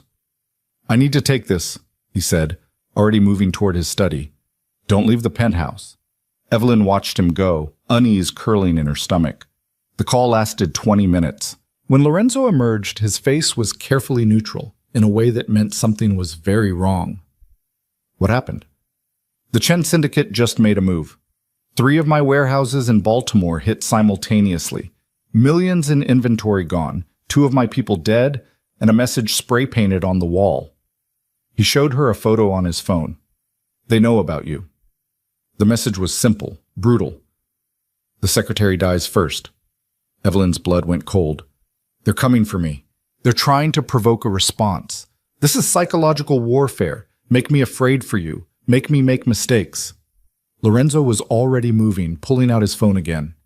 Marcus, we need full security protocol, now. And get me Victor Rossetti. Wait, Evelyn grabbed his arm. If they're trying to provoke you, then responding is exactly what they want. We need to think this through. They threatened you. There's nothing to think through. Yes, there is. Why now? Why hit Baltimore specifically? They're testing the alliance, seeing if Victor will actually protect me, or if it was all theater. She forced herself to think past the fear, to analyze like Lorenzo had taught her. This is about more than me. They're trying to fracture the arrangement before it's fully established. Lorenzo stared at her. You're saying we don't respond? I'm saying we respond carefully. Use this to strengthen the alliance, not break it. If we go to war immediately, we prove they can manipulate us. If we handle this strategically, we prove we're stronger than they thought. Evelyn, they just threatened to kill you. I know. I saw the message. Her hands were shaking, so she pressed them flat against the counter. But I also know that panicking is exactly what they want, so we don't panic, we plan. For a long moment, Lorenzo just looked at her. Then he pulled her against him, his arms wrapping around her so tightly it almost hurt. I can't lose you, he said quietly. I just found you. I can't. You won't. She pulled back enough to look at him. Because we're going to be smarter than they are, stronger than they expect. And when they come for me, and they will come, we'll be ready. The next 48 hours were a masterclass in controlled chaos. Lorenzo increased security to the point where Evelyn couldn't go anywhere without at least 3 armed guards. Victor Rossetti called an emergency meeting with the other families, presenting the Chen Syndicate's attack as an insult to their collective authority. And Evelyn spent every waking hour studying everything Lorenzo could teach her about self-defense, threat assessment, and survival. Again, Lorenzo said, watching her practice with the handgun he'd given her. They were in a private range in the basement of his building, just the 2 of them and the sharp crack of gunfire. Center mass, 2 shots. Reassess. She fired, missing the target completely. The recoil still surprised her, made her hands shake. I can't do this. You can. You're just thinking too much. It's muscle memory. Your body knows what to do. My body knows how to file paperwork and make coffee, not shoot people. Lorenzo moved behind her, his hands covering hers on the grip, his chest against her back. Breathe. Feel the weight of the weapon. You're not trying to kill the target, you're just putting holes where they need to be. Simple mechanics. She tried again. This time, one shot hit the outer ring of the target. Better! Again! They practiced for 2 hours until Evelyn's hands ached and her ears rang despite the protection. She still wasn't good, but she was better. Better enough that maybe, if someone came for her, she'd have a chance. On the third day after the threat, Evelyn insisted on going to the office. Lorenzo fought her on it, argued that it was too dangerous, too exposed. But she stood her ground. I can't hide forever, and if I do, they win. They prove I'm a liability that keeps you from functioning. You're not a liability. Then prove it. Let me work. Let me be useful instead of protected. They compromised. She went to the office, but with a full security detail and only for half days. The staff reacted to her presence with varying degrees of shock. Apparently the story of the gala and the dinner had made its way through the company. Evelyn was no longer just Lorenzo's efficient secretary.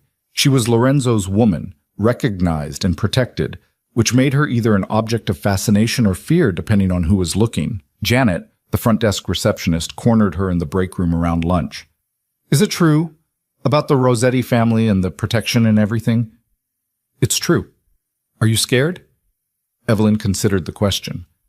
Constantly, but I'm also... She paused, trying to find the right words. I'm also more alive than I've been in years. Does that make sense? No, but I think I get it anyway. Janet lowered her voice. Is Mr. Vieri treating you well? The question was loaded with concern and probably some gossip gathering, but it was also genuine. He's treating me like I matter, like I'm valuable beyond what I can do for him professionally. That's more than I expected. That evening, Lorenzo took her to a different restaurant, smaller, quieter, with security positioned at every exit. They sat in a corner booth, and for a few hours they pretended to be a normal couple having a normal dinner. They talked about nothing important, favorite movies, childhood memories, the kind of mundane details that felt revolutionary given everything else happening. Tell me something embarrassing, Evelyn said over dessert. About myself? Yes, something humanizing. Something that makes you less terrifying. Lorenzo considered this. I'm afraid of birds. What? Birds. Specifically pigeons. When I was 8, I got cornered by a flock of them in a park. They were everywhere, pecking at bread someone had thrown, and I panicked. Ran straight into a fountain trying to get away. His smile was self-deprecating. My father found it hilarious, called me Pigeon Boy for months. Evelyn laughed, really laughed. The kind that made her stomach hurt. Lorenzo Vieri, feared criminal mastermind, is scared of pigeons. Not scared, cautious around. There's a difference. There really isn't. He reached across the table, taking her hand. Your turn. Tell me something embarrassing. I can't cook. At all. I once tried to make pasta from scratch and somehow set water on fire. That's not physically possible. I know, I did it anyway. The fire department was very understanding. She squeezed his hand. We're ridiculous, you know that? Having this conversation while people are actively trying to kill us. Maybe that's exactly when we need to have it. Remember why we're fighting to stay alive. They were on their way back to the penthouse when it happened. One moment, they were driving through a quiet street, Marcus at the wheel with the security SUV following close behind. The next, a delivery truck ran the red light and slammed into their side. The impact was catastrophic. Glass exploded inward. Metal shrieked. Evelyn felt herself thrown against the seatbelt hard enough to bruise, felt Lorenzo's body shield hers as the car spun. Then everything was noise and chaos and the sharp smell of gasoline. When the world stopped spinning, Evelyn tasted blood. Her ears were ringing. Next to her, Lorenzo was already moving, already pulling a gun from somewhere, his face cut and bleeding, but his eyes focused. Out! Now! His voice was hard, controlled. They're coming. She didn't ask who, just fumbled with her seatbelt, let Lorenzo pull her from the wreckage. Marcus was slumped over the wheel, unconscious or worse. The security SUV had been forced off the road, boxed in by 2 more vehicles, and walking toward them through the smoke and broken glass were 4 men with guns. Lorenzo positioned himself in front of her, his weapon raised. Stay behind me. When I say run, you run. Don't look back. Don't stop. There's a building 2 blocks north with a red door. My people own it. Get there and call the number I gave you. I'm not leaving you. You are. Because if they get you, I have no leverage. But if you're safe, I can negotiate. He fired twice, dropping the closest attacker. Run. Now. Evelyn ran. She heard gunfire behind her, heard Lorenzo's voice shouting something she couldn't make out. Every instinct screamed at her to turn back, to help somehow. But she kept running, her heels abandoned somewhere in the wreckage, her dress torn, blood from a cut on her forehead getting in her eyes.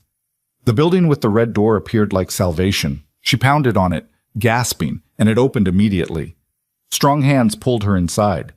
Someone was talking to her, asking questions, but all she could think about was Lorenzo, still back there, still fighting. I need to go back, she gasped. I need to... Mr. Vieri gave specific orders. You stay here. You stay safe. The man was older, military bearing, the kind of person who'd seen combat and survived. We have people heading to him now. But you, Miss Carter, you're our priority. They took her to a safe room in the basement. Concrete walls, reinforced door, enough supplies to survive a siege. Evelyn sat on the cot they provided and tried not to think about all the ways Lorenzo could be dying right now. Tried not to imagine what the Chen Syndicate would do if they captured him. The wait was agony. Minutes stretched into hours. The man who'd let her in, he said his name was Davis, brought her water and bandages and refused to give her any information beyond, "We're handling it." Finally, after what felt like days but was probably only 3 hours, the door opened. Lorenzo walked in, and Evelyn nearly collapsed with relief. He was alive, battered, bleeding from at least 3 different wounds, his shirt torn and his left arm hanging at a strange angle, but alive. She crossed the room in 3 steps and threw her arms around him, not caring about the blood or the pain it probably caused. "You're alive. You're okay." "Questionable," he said, but his good arm wrapped around her. "But alive. Yes." "Marcus?" "Critical, but stable. The attackers are dead. And we have confirmation. It was the Chen Syndicate. Coordinated hit, planned for weeks." He pulled back, his hand cupping her face. "You did good. Following orders. Getting to safety. I know that wasn't easy. It was impossible. I wanted to come back for you." "I know. But you didn't. You were smart. That's what keeps you alive in this world, being smart when every instinct says to be brave." Davis appeared with a medic, who immediately started working on Lorenzo's injuries. The arm was dislocated, not broken. The cuts needed stitches. There was a bullet graze across his ribs that made Evelyn's stomach turn. "This is going to hurt," the medic said, preparing to reset Lorenzo's shoulder. "Everything hurts. Just do it." The sound of the shoulder popping back into place made Evelyn flinch. Lorenzo just gritted his teeth and endured, his free hand finding hers and squeezing hard enough to bruise.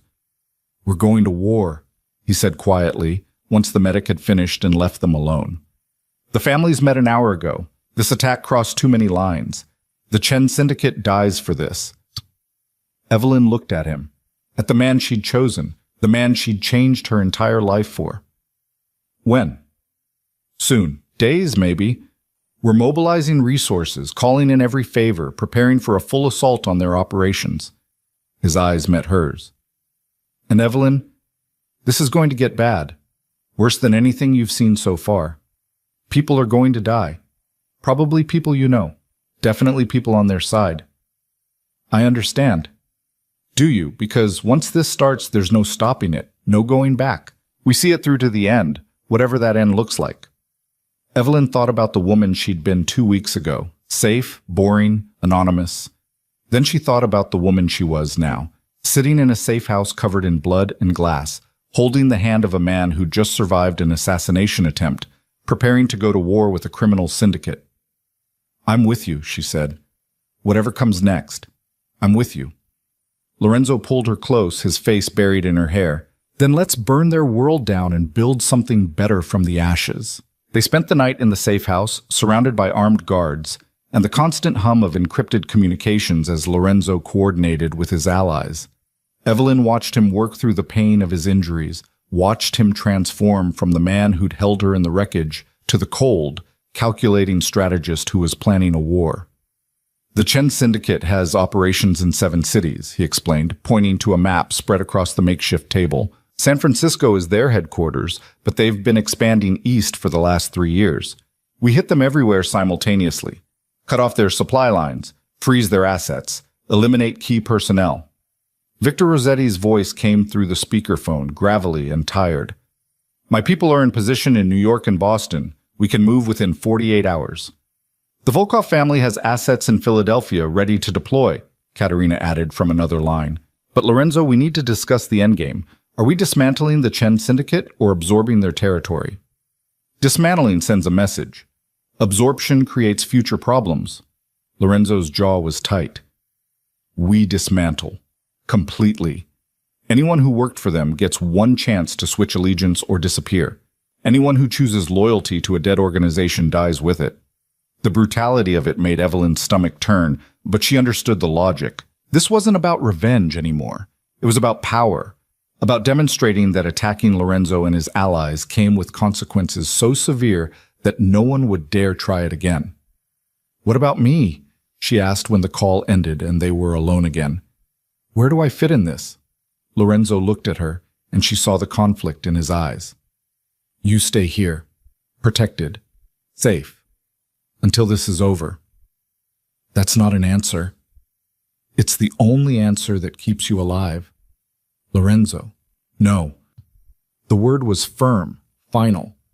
Evelyn, I need you to understand something. What's about to happen isn't a negotiation or a careful political maneuver. It's war, real war, with bodies and bloodshed and the kind of violence that doesn't care about good intentions or courage. You are the one thing in my life I can't afford to lose. So you stay here. You stay safe. And when it's over, when the Chen Syndicate is nothing but a memory, then you can be part of rebuilding what comes next. She wanted to argue, wanted to insist that hiding made her useless, made her exactly the liability everyone thought she was. But looking at Lorenzo's face, at the fresh bandages and the exhaustion and the fear he was trying so hard to hide, she understood. This wasn't about not trusting her. This was about him needing to know she was alive so he could function. Okay, she said quietly. I'll stay. But Lorenzo, you need to promise me something too. What? You come back. I don't care how many enemies you have to go through or how dangerous it gets. You come back to me. Because if you don't, her voice cracked. If you don't, this was all for nothing. He crossed to her, his good arm pulling her against him. I'll come back. I swear it. And when I do, we're getting the hell out of this city for a while. Somewhere warm. Somewhere no one knows our names. Just us. Promises, promises. I mean it. He tilted her face up to his, and she saw the truth in his eyes. After this, after we've ended the threat, I'm going to marry you, properly. Not some strategic arrangement or political alliance. Just you and me and whatever future we can build. Evelyn's heart stuttered. That's either the most romantic thing you've ever said or the worst timing in history. Probably both. He kissed her, gentle despite everything. But I need you to know, in case something happens, in case this goes wrong, I need you to know that you're the only person I've ever wanted forever with. Nothing's going to go wrong. Maybe not. But if it does, stop. She pressed her fingers to his lips. You're coming back. We're getting married, and then we're going to have the most boring, normal honeymoon possible. Those are the facts. Everything else is just noise. The war started 36 hours later with coordinated strikes across 4 cities.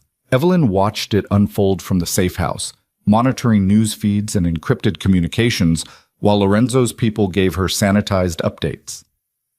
3 Chen warehouses in San Francisco burned before dawn. Their primary financier was found dead in his Philadelphia penthouse, apparent suicide that was obviously anything but. In Boston, an entire shipment of their product was intercepted by the DEA, tipped off by an anonymous source that everyone knew was Rossetti-affiliated. Lorenzo called when he could, his voice tight with stress and exhaustion. It's working. They're scrambling, making mistakes. We've cut off about 40% of their operations in the first day. How are you? Alive. That's all that matters right now. She heard gunfire in the background, distant but unmistakable. I have to go. I love you. Remember that. The line went dead before she could respond. The second day was worse. The Chen Syndicate retaliated, hitting a Rossetti casino in Atlantic City with explosives that killed 6 people and injured dozens more. They ambushed a Volkov convoy in Brooklyn, killing 4 men and wounding their lieutenant, and they sent Lorenzo a video that made Evelyn's blood run cold. Marcus, Lorenzo's driver, bound to a chair in some anonymous room, beaten badly enough that one eye was swollen shut, but alive, conscious, looking directly at the camera. Lorenzo Vieri, a voice said off-screen, accented and cold. You have taken much from us. Now we take from you. Your driver dies in 24 hours unless you withdraw all operations and pay reparations of $50 million. After Marcus, we come for the secretary. Then you. This is your only warning. The video ended. Evelyn stared at the frozen screen, at Marcus's battered face, and felt something hard and cold settle in her chest. This was her fault. Not directly, but Marcus had been driving because Lorenzo was protecting her. Those people in Atlantic City had died because she existed, because Lorenzo had claimed her and made himself vulnerable. We're working on finding the location, Davis said quietly. We'll get him back. Will we? Or will we find his body in 24 hours because Lorenzo won't pay ransom to people who tried to kill me? Davis didn't answer. He didn't need to. They both knew Lorenzo would never negotiate with the people who'd attacked them. It wasn't about the money. It was about principle. Pay once, and every enemy would know they could manipulate him through the people he cared about. But Marcus was going to die for that principle. Evelyn made her decision quickly before she could second-guess herself. I need to make a phone call. Private line. Can you give me access? Miss Carter, please, it's important.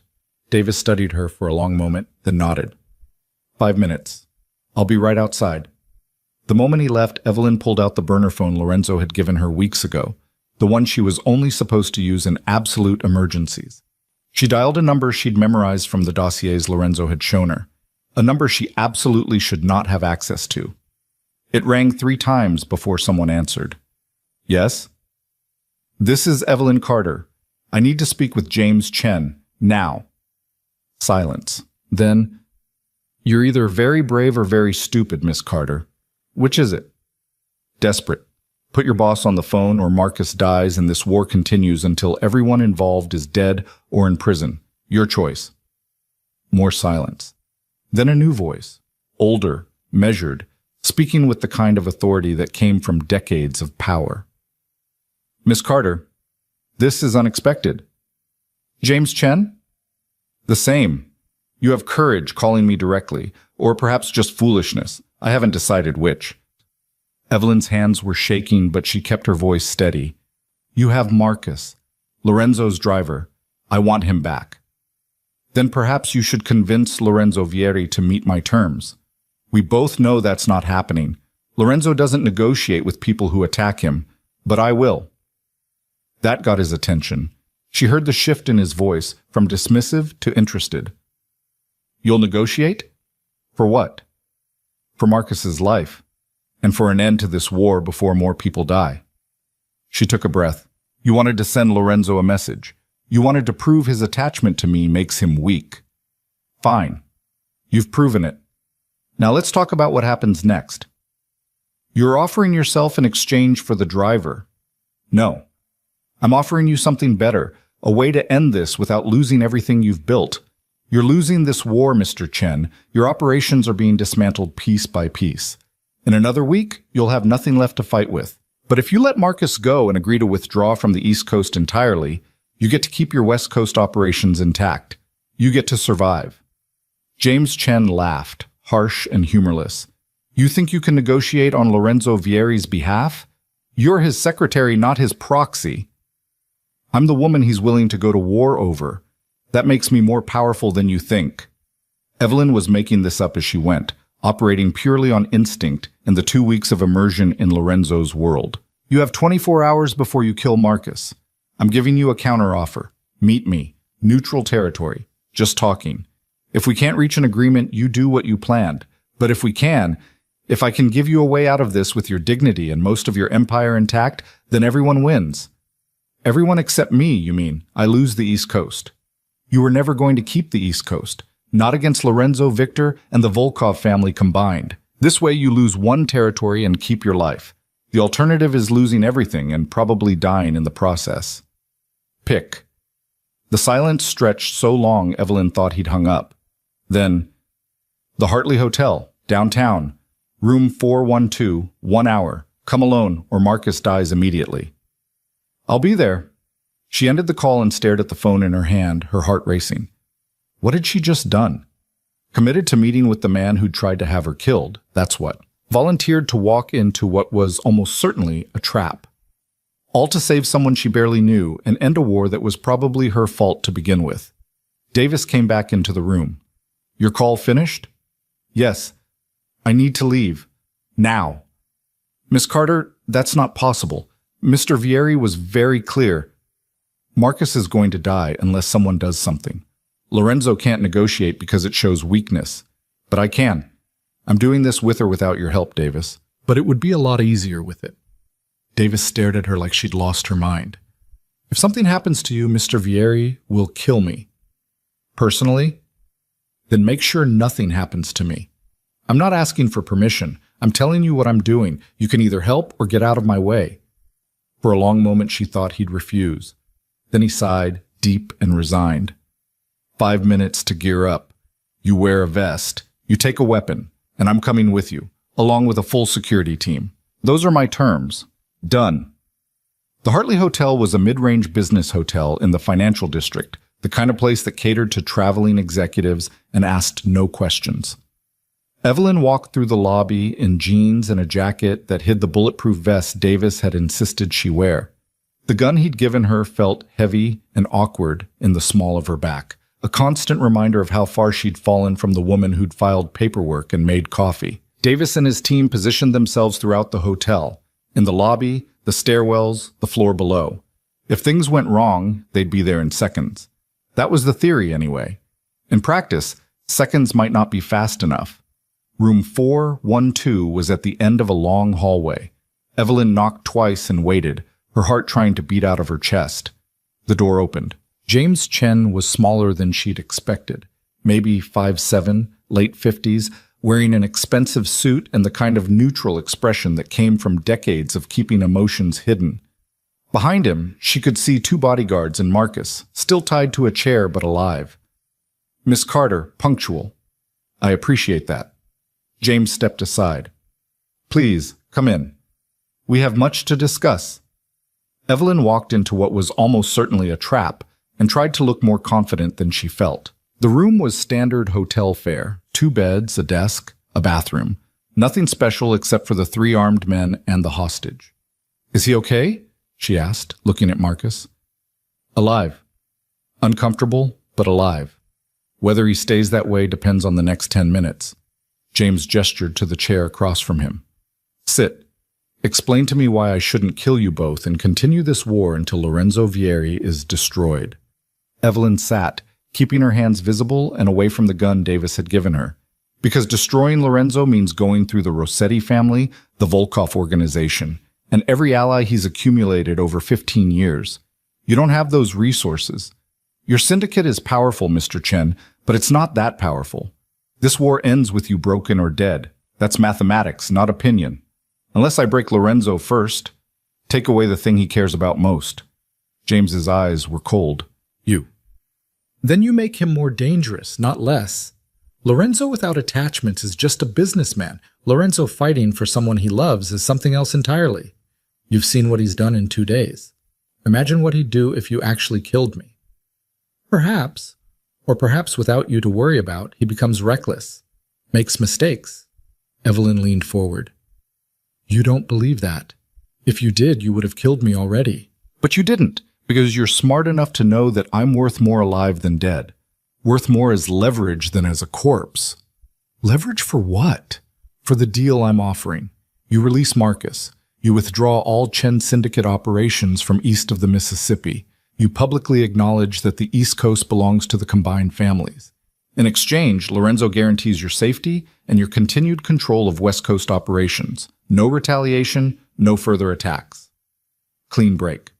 James laughed. You're asking me to surrender? I'm asking you to survive. There's a difference. Evelyn kept her voice level, professional, like she was negotiating a business contract instead of a criminal treaty. You came east to expand. It didn't work. The local powers were stronger than you anticipated. That's not weakness, Mr. Chen. That's just reality. Acknowledge it, withdraw with dignity, and you get to keep building your empire where you're actually strong. And if I refuse, then this war continues. More of your people die. More of your operations get destroyed. And eventually, probably within a month, you end up dead or in federal custody because someone decides cooperating with law enforcement is better than dying for a lost cause. She met his eyes. I've read your file, Mr. Chen. You're 62. You've built an empire from nothing. You've survived 3 decades in a business that kills most people within 5 years. That's impressive. That's worth preserving. Don't throw it away because you're too proud to accept a strategic withdrawal. James Chen was quiet for a long time, studying her with those calculating eyes. You're not what I expected, he said finally. I thought you'd be some simpering trophy, hiding behind Lorenzo's protection. Instead, you walk into my hotel room and negotiate like you've been doing this your whole life. I've been doing this for 2 weeks. I'm just a very fast learner. That earned her something that might have been a smile. Lorenzo chose well, better than he probably knows. James looked at his bodyguards, some silent communication passing between them. I'll consider your offer, but I need something more than promises. I need insurance that once I withdraw, the families don't simply hunt me down anyway. What kind of insurance? A treaty, written, signed by all parties, recognized by the council, with penalties for violation that are severe enough to discourage treachery. Evelyn thought fast. I can arrange that, but I need Marcus released first. Show good faith. After I have the treaty in hand, not before. That could take days. Marcus might not have days. James shrugged, a gesture that suggested Marcus's survival meant very little to him. Then perhaps you should negotiate faster. Evelyn weighed her options. She could try to force the issue, but that would probably get them both killed. She could walk away, but then Marcus died and the war continued. Or she could do what Lorenzo had taught her, adapt to the situation and find an angle. 6 hours, she said. Give me 6 hours to put together a preliminary treaty and get the major families to agree to terms. You keep Marcus alive and unharmed. If I can deliver, you release him and we proceed with formal negotiations. If I can't, you do what you were planning anyway. 4 hours. 5. And I need proof Marcus is okay right now before I leave this room. James nodded to one of his guards, who cut the ropes binding Marcus to the chair. Marcus slumped forward, and Evelyn could see the extent of the damage. Broken ribs probably, definitely a concussion, bruises that would take weeks to heal. I'm okay, Marcus said, his voice rough. Tell Lorenzo I'm okay. I will. Evelyn stood, looking at James Chen. 5 hours. Don't make me regret trusting you. Trust is a luxury in our business, Miss Carter, but I'll honor the timeline. For now. She left the hotel room with her heart racing and her hands shaking. The moment she was in the elevator, Davis materialized at her side. What happened? I bought us 5 hours to end a war. We need to call Lorenzo. Now. Lorenzo's reaction to her unauthorized negotiation was explosive. He was furious. At her for putting herself in danger. At Davis for allowing it. At the entire situation that had forced her into a room with the man who'd tried to kill her. You could have died, he said, his voice tight with barely controlled anger. James Chen could have shot you the moment you walked through that door. But he didn't, because I offered him something he wants more than revenge. A way out. Evelyn was back at the safe house, phone pressed to her ear while Lorenzo shouted from wherever he was coordinating the war effort. Lorenzo, listen to me. We can end this. Right now. Today. All it takes is a treaty and some guarantees. Marcus lives, the war stops, and you get everything you wanted. Except I didn't want you negotiating with my enemies. Then you shouldn't have started a war over me. The words were out before she could stop them, sharp and frustrated. You made me part of this, Lorenzo. You claimed me publicly, brought me into your world, made me a target. Well, congratulations. I'm in it now. Completely. Which means I get to make decisions too. Even decisions you don't like. The silence on the other end was absolute. Then, quietly, "You're right. I did this. I made you vulnerable and then tried to protect you by locking you away. That's not partnership. That's control. I don't need you to control me. I need you to trust me. I do trust you. That's the problem. I trust you enough to know you'll do dangerous things if you think they're necessary." Like negotiating with James Chen to save Marcus and end a war? Exactly like that. She heard him exhale, long and slow. "Okay, 5 hours. What do you need from me?" Evelyn had already been working on this, sketching out terms while Davis drove her back to the safe house. "I need you to call Victor and Katerina. Get them to agree to a preliminary treaty recognizing West Coast territory as Chen Syndicate domain in exchange for complete withdrawal from the East. I need it in writing, signed by all major families, with enforcement mechanisms severe enough that Chen believes we won't break it the moment he's vulnerable. You're asking for a formal peace treaty between criminal organizations. That's not something that happens overnight. Then it's good we have 5 hours instead of overnight. Lorenzo, can you do this? Can you get everyone to agree?" "Probably. But Evelyn, even if I can, there's no guarantee Chen honors his side. He could take the treaty and keep Marcus anyway. Or worse. He won't. He's smart enough to know that killing Marcus after agreeing to terms would restart the war immediately, and he wants out more than he wants revenge." She hoped she was right. Hoped she'd read James Chen correctly and wasn't sending them all into a trap. "Okay, I'll make the calls. But Evelyn..." "Yes?" "After this is over, we're having a serious conversation about you taking risks without backup." "Looking forward to it." The next 4 hours were a blur of phone calls and negotiations. Victor Rossetti agreed to the terms with surprising speed. Apparently the Atlantic City bombing had cost him more than he'd let on, and ending the war before it got worse appealed to his pragmatic nature. Katerina took more convincing, wanting guarantees about shipping routes and drug trafficking territories that Evelyn had to improvise solutions for. But slowly, piece by piece, the treaty came together. By the time Evelyn's phone rang with 90 minutes left on the deadline, they had preliminary signatures from every major family and enforcement terms that would make breaking the treaty functionally suicidal. "It's done," Lorenzo said, his voice rough with exhaustion. "I'm sending the document now. Once you verify it, get it to Chen. And Evelyn, I know. Be careful. Don't trust him. Watch my back. I've got all the warnings memorized. I was going to say I'm proud of you. You did something today that most people in this business couldn't do. You found a way to end a war before it destroyed everything." The words did something to her chest. "I couldn't have done it without you making the calls." "Partners," Lorenzo said. "For better or worse." "Definitely worse at the moment, but I'll take it." She met James Chen in the same hotel room, this time with Davis and 4 armed guards visible in the hallway. A show of force that said she wasn't helpless, even if she was still negotiating. James looked at the document she provided, reading through every clause with the attention of someone who'd survived decades by trusting nothing. "This is comprehensive," he said finally. "More fair than I expected. We're not trying to destroy you, Mr. Chen. We're trying to end a war that's costing everyone too much. Take the deal. Keep your empire. Just keep it on the West Coast where it belongs." James set down the document, looking at her with something that might have been respect. "You know what the irony is? If you'd been working for me instead of Lorenzo, I probably would have won this war. You've got instincts most people take decades to develop." "I had a good teacher." "You did. Lorenzo Vieri is many things, but stupid isn't one of them. He saw value in you that others missed." James pulled out a pen, signed the document with a flourish. "Tell him he's lucky. Tell him to keep you close. Women like you are rare in this business." "I will." Evelyn gestured to Marcus, still bound to the chair in the corner. "Can we take him now?" "One condition. I get 24 hours to begin withdrawal operations before this treaty becomes public. I need time to inform my people, make arrangements. If word gets out immediately, some of them will do stupid things." "Agreed. 24 hours. But if anything happens during that time, nothing will happen. I'm a man of my word, Miss Carter. When I make a deal, I honor it."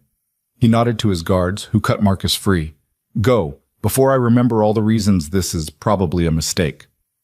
They left quickly, Davis and his team surrounding them as they got Marcus into a waiting car.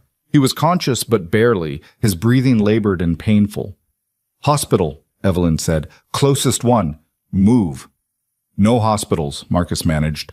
"Lorenzo's doctor. He'll know what to do." They took him to a private clinic in Brooklyn, the kind of place that didn't ask questions about gunshot wounds or broken ribs from interrogations. While doctors worked on Marcus, Evelyn called Lorenzo. "It's done. Marcus is safe. Chen signed the treaty. It's over." The relief in Lorenzo's voice was palpable. "You're sure? He's actually withdrawing?" "He will. 24 hours to get his people organized, then full withdrawal. We won, Lorenzo, without destroying everything in the process." "You won. This was all you." She heard voices in the background, someone calling his name. "I have to go. Final cleanup operations. But Evelyn, I'll be there as soon as I can. Wait for me." "I'm not going anywhere." She spent the next 6 hours at the clinic, watching doctors work on Marcus and fielding calls from various people confirming the treaty details. Victor called to congratulate her, his voice warm with genuine approval. Katerina sent a text that just said, "Impressive, welcome to the family." When Lorenzo finally arrived, it was close to midnight. He looked like he'd aged 5 years in the last 3 days, exhausted, battered, running on nothing but adrenaline and caffeine. But he was alive, and when he saw her, something in his expression softened. "Hey," she said, standing from the uncomfortable chair she'd been occupying. "Hey, yourself." He crossed to her, his hands cupping her face like he needed to verify she was real. "You're okay." "I'm okay. Marcus is going to be okay. Everyone's okay. Thanks to you." He kissed her, deep and claiming and desperate. "You terrified me today. Walking into that hotel room, negotiating with Chen like you've been doing this your whole life. I've never been so scared and so proud at the same time. Get used to it. I'm not planning on being boring and safe ever again." Lorenzo's laugh was exhausted but genuine. "No, you're definitely not boring. Terrifying and brilliant and completely insane, but never boring." They went back to the penthouse that night, finally able to sleep in an actual bed instead of a safe house cot. But sleep didn't come easily. Every time Evelyn closed her eyes, she saw James Chen's face, saw Marcus bound to that chair, saw all the ways her improvised negotiation could have gone catastrophically wrong. "Can't sleep?" Lorenzo asked, his arm tightening around her. "Too much adrenaline still." "Same. My brain won't shut off." He was quiet for a moment. "You know what I keep thinking about?" "What?" "How different my life would be if you hadn't come to lunch that day. If I hadn't seen you through that restaurant window and lost my mind. None of this would have happened. You'd still be safe. I'd still be alone. And we'd both be exactly where we were 2 weeks ago." "Bored and unfulfilled?" "Exactly." He turned to face her in the darkness. "I don't regret it. Any of it. Even the parts where I thought I was going to lose you. Because having you, knowing you, working with you, loving you, it's worth every risk, every danger, every moment of fear." Evelyn felt tears prick her eyes. "That's either the most romantic thing you've ever said, or you're delirious from exhaustion." "Probably both. But I mean it, Evelyn. I meant what I said before. When this settles, when we've dealt with the aftermath, and the politics and everything else, I'm going to marry you. Make you officially mine in every way possible." "Is that a proposal?" "It's a promise. The actual proposal will be better. Probably involve a ring and less blood loss." She laughed, the sound watery but genuine. "I'll hold you to that." They fell asleep tangled together, and for the first time in days, Evelyn slept without nightmares. She dreamed of a future where wars ended and treaties held, and maybe, just maybe, she and Lorenzo got to have something resembling a normal life. She woke to sunlight and the smell of coffee and Lorenzo already awake, sitting at the window with his laptop open and that focused expression that meant he was planning something. "Morning," she said, padding over to him. "What are you working on?" "Damage assessment. The war cost us about 40 million in destroyed assets, but we've recovered most of it through seized Chen operations. Overall, we came out ahead financially, and politically, we've solidified alliances that were shaky before." He looked up at her. "You know what the best part is?" "What?" "You, standing there in my shirt, having survived everything the last 2 weeks threw at you, ready to face whatever comes next. That's the win, Evelyn. Everything else is just numbers. She kissed him, morning breath and coffee, and the promise of a future they'd fought for. So what does come next? Lorenzo smiled, and for the first time in days, it reached his eyes. Now we get married, publicly, dramatically. Make such a statement that no one ever questions whether you belong in my life. You up for that? Marrying you in front of everyone who tried to kill us? Sounds perfectly sane and not at all dangerous. That's my girl. When? Soon, very soon, but first... He stood, pulling her against him. First, I take you somewhere far away from this city and all its complications. Somewhere we can just be Lorenzo and Evelyn, not criminal empire leaders negotiating treaties. Deal? Deal, but Lorenzo, one thing. Yes? Next time you start a war over me, maybe give me advance warning. The learning curve on criminal politics is steep. His laugh was warm and genuine. Next time I'll try to avoid starting wars entirely. How's that? I'll believe it when I see it. They spent the rest of the morning planning, both the escape and the eventual wedding that would cement Evelyn's place in Lorenzo's world permanently. Outside the window, the city continued its rhythms, unaware that a war had ended and a future was beginning. Evelyn Carter, former secretary, current partner to one of the city's most dangerous men, looked at her life and couldn't quite believe how far she'd come in 2 weeks. From filing paperwork to negotiating with crime bosses, from safety to danger to something in between that felt remarkably like home. No regrets? Lorenzo asked, watching her face. Not even one, she said, and meant it. The promised escape materialized 48 hours later in the form of a private jet and no destination announced in advance. Lorenzo refused to tell her where they were going, just handed her a passport and said to pack light. I don't trust surprises anymore, Evelyn said, watching him throw clothes into a bag with the efficiency of someone who'd fled countries before. This is a good surprise, I promise. Your promises lately have involved gunfights and treaty negotiations. Fair point. He stopped packing long enough to pull her close. But this one just involves a beach, terrible Wi-Fi, and absolutely no one who wants us dead. Scout's honor. You were never a scout. Details. They landed in the Maldives 14 hours later, stepping off the plane into humidity that felt like a warm blanket and sunshine that made Evelyn's eyes water. A boat took them to a private island, one of those exclusive resorts where discretion was guaranteed and questions were never asked. Their villa sat over crystal-clear water, all whitewashed wood and expensive minimalism. No phones except the emergency line Lorenzo kept encrypted. No laptop. No connection to the empire he'd built or the world they'd left behind. This is obscene, Evelyn said, looking at the infinity pool that blended seamlessly with the ocean. How much does a place like this even cost? Don't care. Worth every penny to see you relax. Lorenzo was already pulling off his shirt, revealing the healing injuries from the car crash, bruises fading to yellow-green, stitches that would leave scars. Come on, water's calling. They spent the first 2 days doing absolutely nothing productive, swimming in water so clear you could see fish darting between coral formations, sleeping late and then sleeping more, eating food prepared by a chef who appeared and disappeared like magic, leaving elaborate meals and taking away empty plates without ever being seen. On the third morning, Evelyn woke to find Lorenzo already awake, propped against the headboard with that thoughtful expression that meant he was processing something heavy. You're thinking too much, she said, rolling to face him. That's against vacation rules. I'm thinking about the wedding, about what it means to marry you in front of everyone who matters in my world. Having second thoughts? Never. But I want to make sure you understand what you're agreeing to. Marriage in my world isn't just about love or commitment. It's political. It's a statement. Every family, every ally, every potential enemy will be watching, judging, looking for weaknesses. Evelyn sat up, pulling the sheet around herself. So we give them something to watch. We make it so public, so definitive that no one can ever question whether I belong at your side.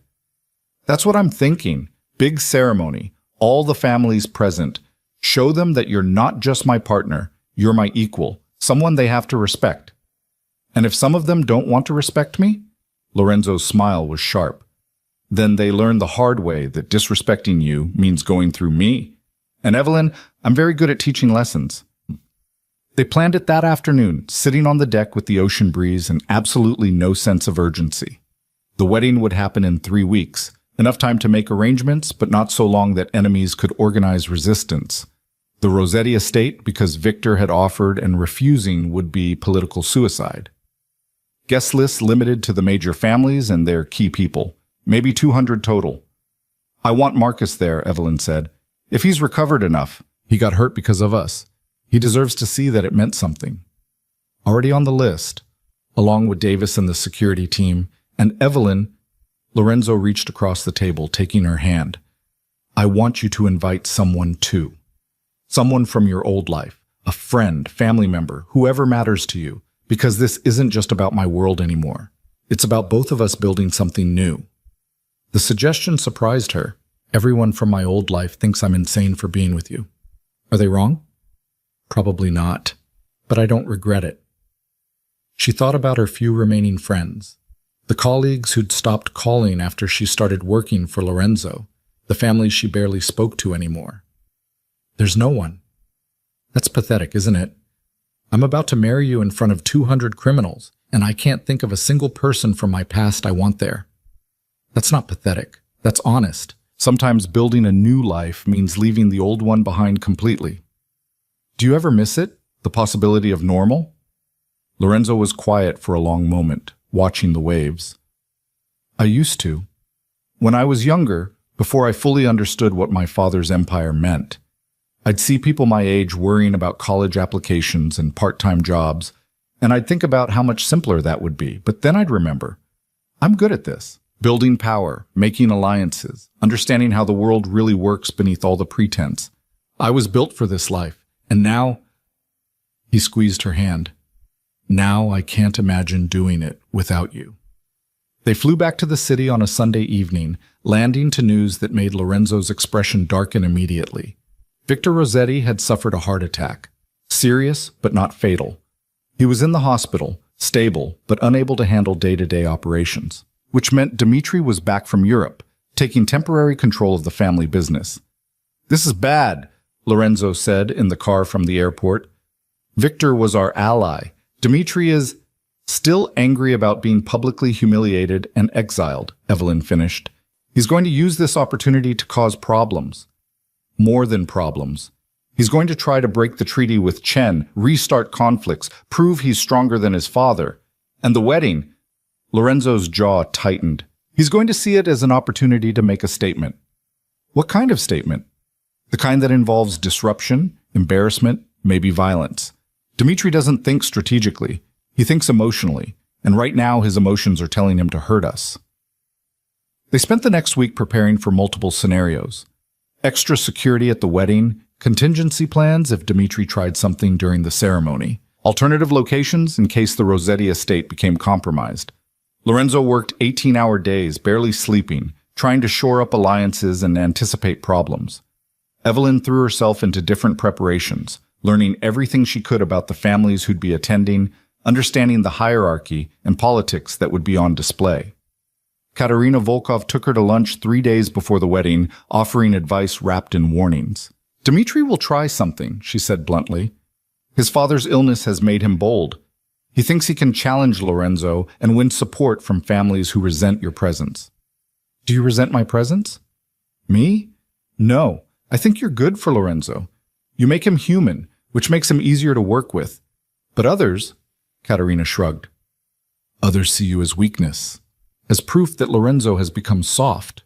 Then they're idiots. Lorenzo is more dangerous now than he's ever been, because he has something to protect. Yes. But Evelyn, that sword cuts both ways. You make him stronger in some ways, vulnerable in others. Dmitri will exploit that vulnerability if he can. Let him try. Katerina's smile was approving. Good. That's the right attitude. Just remember, at the wedding, every eye will be on you. Every word you say, every gesture you make. It all means something. Show strength. Show that you belong. Don't give them any reason to doubt. The dress arrived 2 days before the wedding, custom-made midnight blue silk that complemented the earrings Lorenzo had given her weeks ago.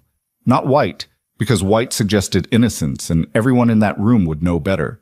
Not red, because red would be too obvious, too aggressive. Blue, the color of power and trust, and everything she was trying to project. "It's perfect," Lorenzo said when she tried it on for him. "You look like you could command armies." "I look like I'm about to marry a man with more enemies than friends." Same thing. He came up behind her, his hands settling on her waist as they both looked in the mirror. "Are you scared?" "Terrified, but also—" She leaned back against him. "Also ready. I've spent 3 weeks learning how to survive in your world. Time to prove I can thrive in it." The morning of the wedding dawned gray and threatening rain. Lorenzo took it as a bad sign. Evelyn took it as appropriate atmosphere. They dressed separately. Tradition, Lorenzo said, though she suspected he just needed the time to mentally prepare for whatever Dimitri might attempt. Davis arrived at 10 a.m. to escort her to the estate. "Full security detail," he said. Mr. Vieri insisted. "We have people positioned throughout the venue, electronic surveillance on all entry points, and contingency extraction plans if things go sideways." "You're expecting an attack?" "We're expecting Dimitri to be Dimitri, which means expecting anything."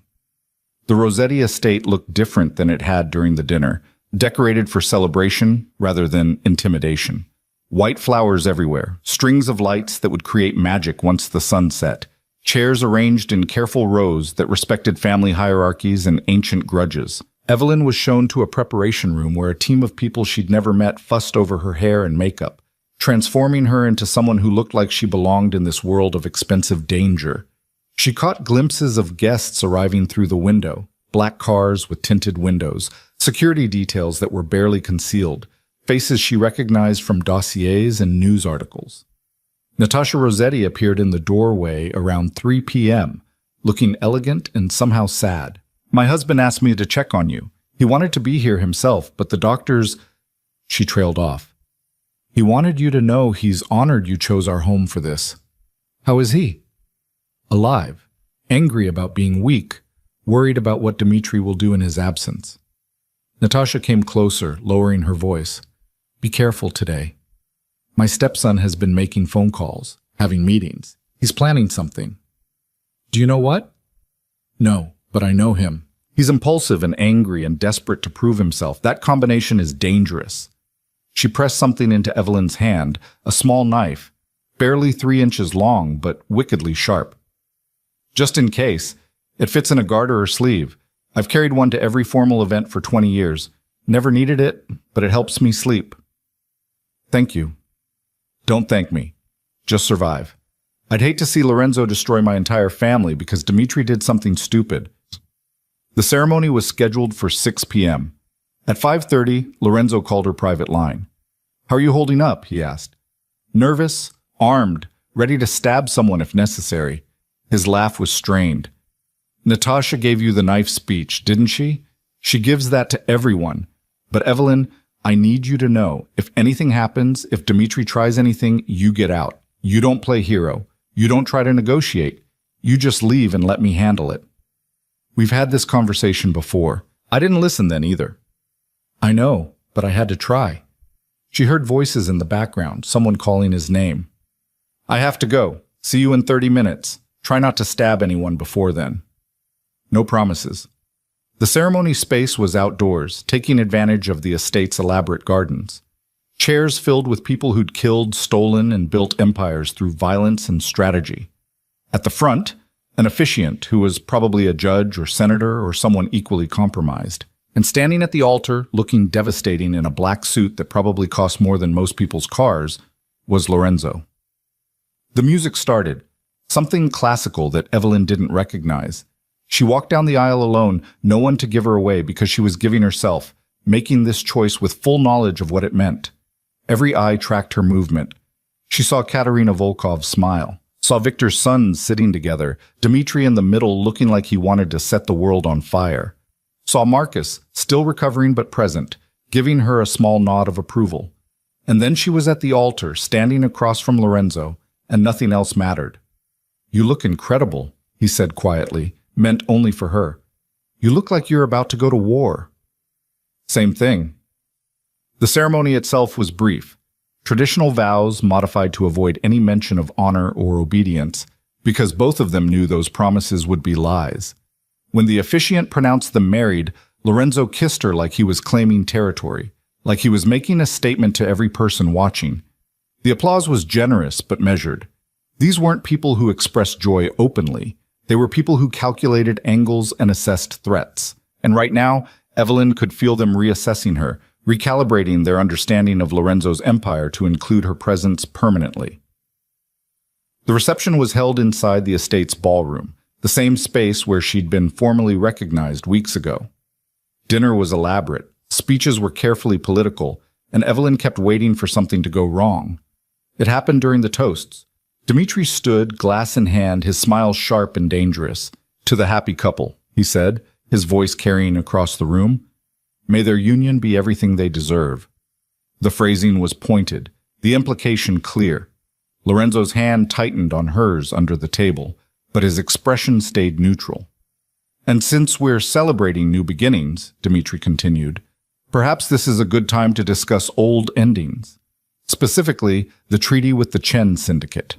A treaty that cost the Rossetti family significant territory and influence. A treaty negotiated by," he looked directly at Evelyn, "a secretary with no authority to represent our interests." The room went silent. Evelyn felt every eye shift to her, felt the weight of 200 people waiting to see how she'd respond. Lorenzo started to stand, but she pressed her hand on his arm, stopping him. "You're right," she said, her voice clear and steady.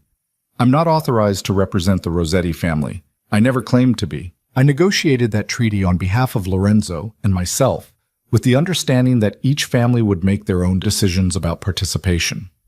And yet my father signed it while dealing with health issues that were already affecting his judgment. That hardly seems valid. Your father signed it because it was the smart play, because continuing the war would have cost more than withdrawing. That's not compromised judgment. That's strategic thinking." Evelyn stood, meeting Dmitri's eyes across the room. "But if you want to challenge the treaty, if you think restarting a war with the Chen Syndicate is a better use of Rossetti resources, then make that argument. To your father, who's still alive and still in control of this family. Not to me at my wedding. My father is weak, incapacitated. Someone needs to make decisions. Then make them, but own them. Don't hide behind questioning my authority or attacking Lorenzo's judgment. If you want war, Dmitri, say so. If you want to break the treaty and deal with the consequences, do it. But stop pretending this is about negotiation validity when it's really about your ego." The silence was absolute. Evelyn could see calculation happening behind multiple sets of eyes, people reassessing the situation, choosing sides, deciding how this confrontation would affect their own positions. Victor Rossetti's voice cut through the tension, weak but clear, broadcast through speakers from his hospital bed. "Dmitri, sit down. Now." Everyone turned. On screens positioned throughout the room, Victor appeared, pale, attached to various monitors, but conscious and clearly furious. "The treaty stands," Victor said. "It was negotiated in good faith, signed with full authority, and will be honored. Any attempt to break it will be considered treason against the family. Is that understood?" Dmitri's face had gone white. "Father, you were just embarrassing yourself and this family at a wedding meant to strengthen our alliances. Sit down, shut up, and if you speak again tonight, I will remove you from succession entirely." Dmitri sat. The room remained silent for several long seconds. Then Lorenzo stood, raising his glass. "To Victor Rossetti," he said, "a man who understands that true strength comes from honoring commitments, even from a hospital bed. We all hope for your swift recovery." The room echoed the toast, the moment diffused but not forgotten. The rest of the reception proceeded with careful civility, people making polite conversation while undoubtedly planning how to exploit what they'd witnessed. When they finally left around midnight, Evelyn felt like she'd survived a battle rather than attended a wedding. "That was intense," she said in the car, Lorenzo's arm around her shoulders. "That was Dmitri being Dmitri. But you handled it perfectly. Better than I could have." He kissed her temple. "Everyone in that room now knows you're not just my wife. You're a force in your own right. That's valuable. That's exhausting. Also that. They spent their actual wedding night at Lorenzo's penthouse, too tired for anything more than collapsing into bed together. But lying there in the darkness, wrapped in expensive sheets with her new husband beside her, Evelyn felt something settle, a sense that she'd finally found where she belonged. "No regret?" Lorenzo asked, echoing the question from weeks ago. "Ask me again when Dmitri inevitably tries something else." "Fair." The retaliation came 3 days later, subtle but unmistakable.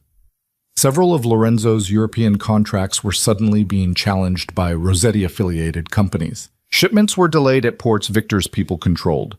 Small disruptions, nothing catastrophic, but clearly coordinated. "Dimitri's testing us," Lorenzo said, studying reports in his study. "Seeing if we'll respond, how hard we'll push back, whether the marriage actually means anything." So we respond. Carefully. "Victor's still recovering. We can't go to war with the Rossetti family without fracturing the entire East Coast alliance." He rubbed his face, exhaustion evident. "We need to handle Dmitri without destroying everything we've built." Evelyn thought about the problem, turning it over in her mind. What if we don't handle Dmitri at all? What if we go around him? Explain. Dmitri only has power because Victor is incapacitated. But Victor is still alive, still conscious, still technically in control. What if we strengthen Victor's position instead of weakening Dmitri's? Help him recover faster, give him the resources to reassert control, make it clear that we're allies with the Rossetti family, specifically with Victor, not with whoever's temporarily running things. Lorenzo stared at her. That's brilliant, and completely undermines Dmitri without us having to fire a shot. They implemented the plan immediately. Lorenzo reached out to Victor directly, offering resources, the best doctors, private facilities, whatever was needed to speed his recovery. Publicly, they made statements supporting Victor's leadership and dismissing Dmitri's actions as the unauthorized decisions of someone without actual authority. Within a week, Victor was well enough to attend meetings via video conference. Within 2 weeks, he was back in the office part-time, and Dmitri's brief moment of power evaporated like it had never existed. "You've made an enemy for life," Katerina warned Evelyn over lunch 4 weeks after the wedding. "Dmitri will never forgive you for this. He was already my enemy, at least now he's a powerless one. For now. But men like Dmitri don't stay powerless forever. He'll wait, bide his time, look for opportunities. You need to be ready." "I'm always ready now. That's the cost of this life." Katerina smiled. "You've learned fast. Faster than anyone I've seen. Lorenzo chose well." The months that followed fell into a rhythm. Not quite normal, but functional. Evelyn officially became Lorenzo's partner in all business dealings, her name appearing on contracts and her presence expected at meetings. Some people resented it. Others adapted. A few actually seemed to respect her contributions. She learned to navigate the complex politics of the criminal underworld, to identify threats and opportunities, to make decisions that affected thousands of lives. She learned to sleep despite knowing people wanted her dead, to smile at enemies across conference tables, to live with the constant low-level awareness that violence could erupt at any moment. And she learned that loving Lorenzo Vieri meant accepting all of it, the danger, the moral complexity, the nights when he came home with blood on his hands and secrets he couldn't share. 6 months after the wedding, on a random Tuesday morning, Evelyn woke feeling nauseous. By Thursday, she'd confirmed what she suspected with 3 different tests. She waited until evening to tell Lorenzo, when he came home from a meeting looking exhausted and ready to collapse. He found her in the kitchen, staring at the positive pregnancy test on the counter like it might explode. "Evelyn, what's wrong?" She turned to face him, her heart racing. "I'm pregnant." The words hung in the air between them. Lorenzo's expression went through several rapid changes: shock, concern, fear, and then something that looked almost like joy. "You're sure?" 3 tests, all positive. "I have a doctor's appointment tomorrow to confirm, but..." She gestured helplessly at the tests. "I'm pregnant." Lorenzo crossed to her slowly, his hands settling on her shoulders. "How do you feel about this?" "Terrified. We've been married 6 months, together for barely 8. This world is dangerous, violent, completely inappropriate for raising a child. And I'm..." Her voice cracked. "I'm scared, Lorenzo. Scared that I'll be a terrible mother, that we'll screw this kid up, that something will happen and I'll lose you or the baby or both. Those are all valid fears. But Evelyn, you need to know something. He pulled her close, his hand cradling her head against his chest. I will protect this child with everything I have, with every resource, every connection, every bit of power I've accumulated. Nothing will touch our family. I swear it. You can't promise that. You can't control everything. No, but I can try. And I can make damn sure that anyone who threatens you or our child regrets it for whatever brief time they have left. He pulled back enough to look at her face. Do you want this? The baby, the life, all of it? Evelyn thought about the question, about the woman she'd been a year ago and the woman she'd become, about the life growing inside her and what it meant to bring a child into Lorenzo's world. Yes, she said finally. I want it, all of it, even though it terrifies me. Then we do this together, same way we've done everything else, completely unprepared but figuring it out as we go. The pregnancy changed things in ways both subtle and obvious. Lorenzo became even more protective, increasing security to levels that bordered on suffocating. Evelyn found herself excluded from certain meetings, certain situations deemed too dangerous for someone carrying his child. They fought about it constantly. I'm pregnant, not incompetent, she said after he refused to let her attend a negotiation with a particularly volatile supplier. I can still think, still contribute, still do my job. Your job now is staying alive and keeping that baby safe. Everything else is secondary. That's not your decision to make. The hell it isn't. You're my wife carrying my child, and I will protect you whether you like it or not. The argument escalated until Evelyn threw a book at his head, missed, hit an expensive vase instead, and locked herself in the bathroom for 2 hours. When she finally emerged, Lorenzo was sitting outside the door looking exhausted and guilty. I'm sorry, he said quietly. You're right. I'm being controlling and overprotective and treating you like you're fragile when you've proven repeatedly that you're not. Thank you. But, Evelyn, I need you to understand the thought of losing you or losing the baby, it makes me irrational. I know that's not an excuse, but it's the truth. She sat down next to him on the floor, both of them leaning against the wall. We need to find a balance. I need to feel useful, not sidelined. And you need to feel like we're safe. Somehow, we figure out how to do both. They compromised. Evelyn continued working, but with increased security and avoiding situations with high violence potential. Lorenzo tried to include her in decisions rather than making them unilaterally. It wasn't perfect, but it was functional. The pregnancy itself was relatively uncomplicated, though the doctor recommended against stress, which was hilarious given that Evelyn's daily life involved managing a criminal empire and navigating deadly politics. At 7 months, Victor Rossetti requested a meeting, just him, Lorenzo, and Evelyn.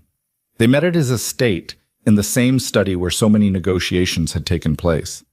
Victor looked better than he had in months. Most of his strength returned, but there was something in his expression that suggested this wasn't a social call. Thank you for coming, he said, gesturing to chairs.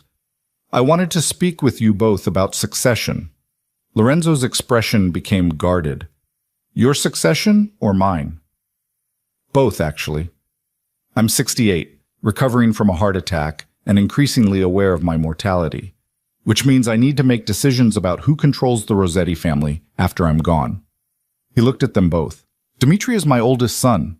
By tradition, he should inherit, but tradition assumes competence. Dimitri has proven repeatedly that he lacks the judgment required. What are you proposing? Evelyn asked. I'm proposing an alliance, a formal one, written and binding.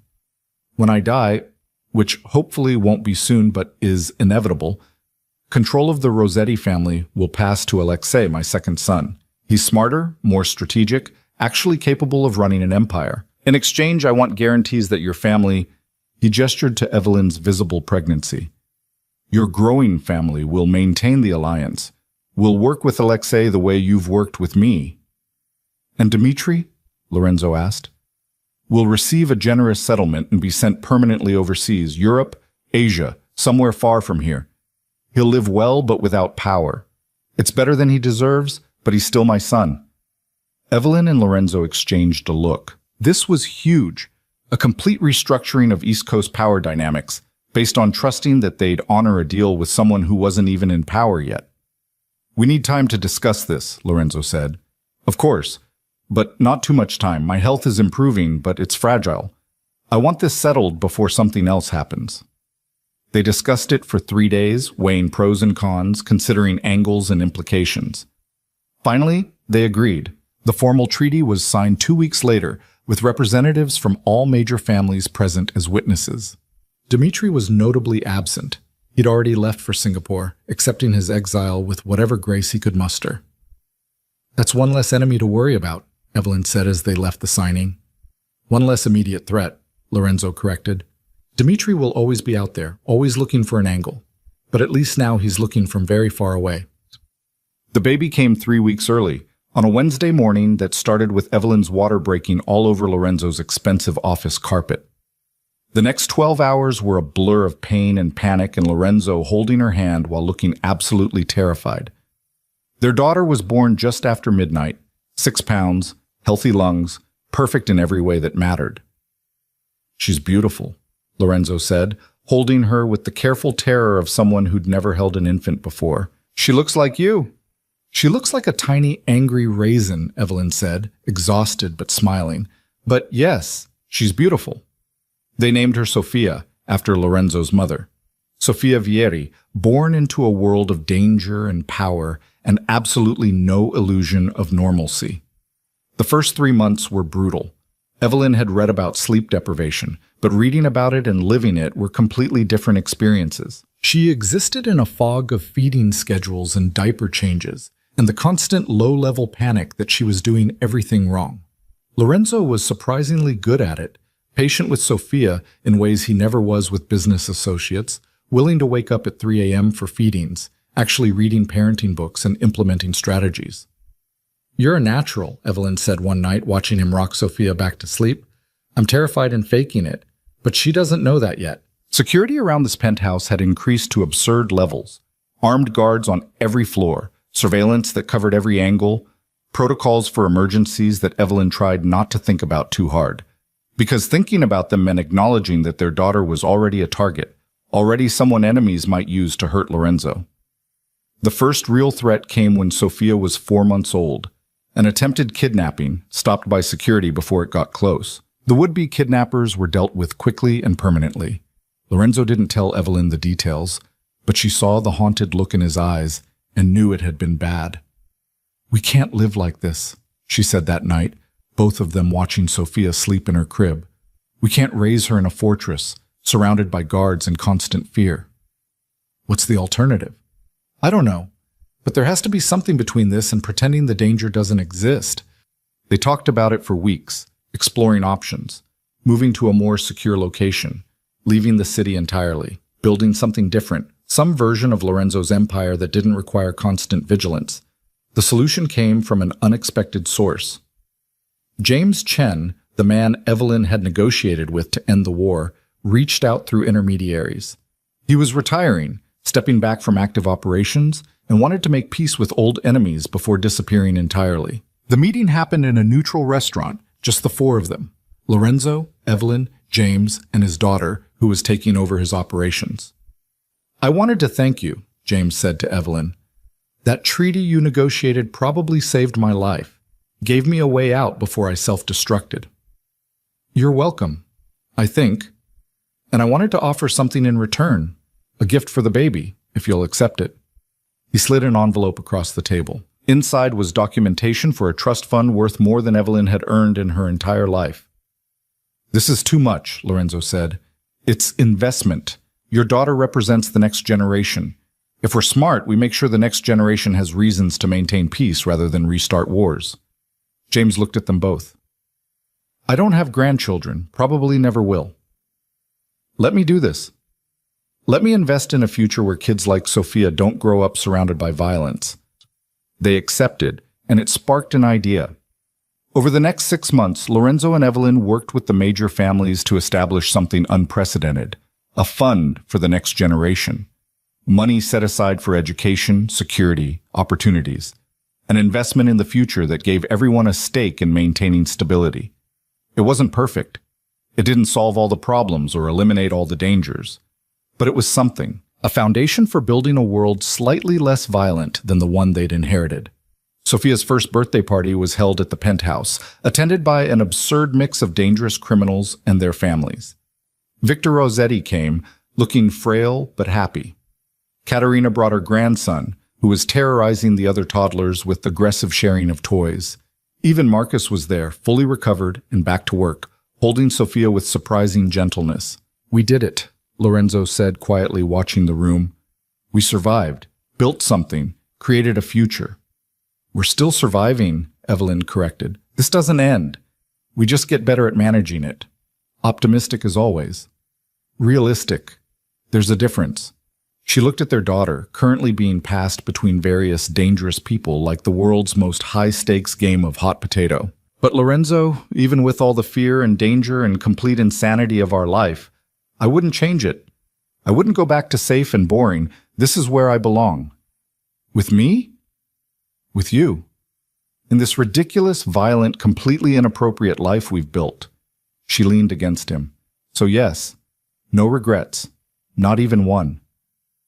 Years later, when Sophia was old enough to ask questions, Evelyn would struggle to explain how her parents met. The true story involved restaurants and warehouses and treaty negotiations that no child should hear about, so she simplified it.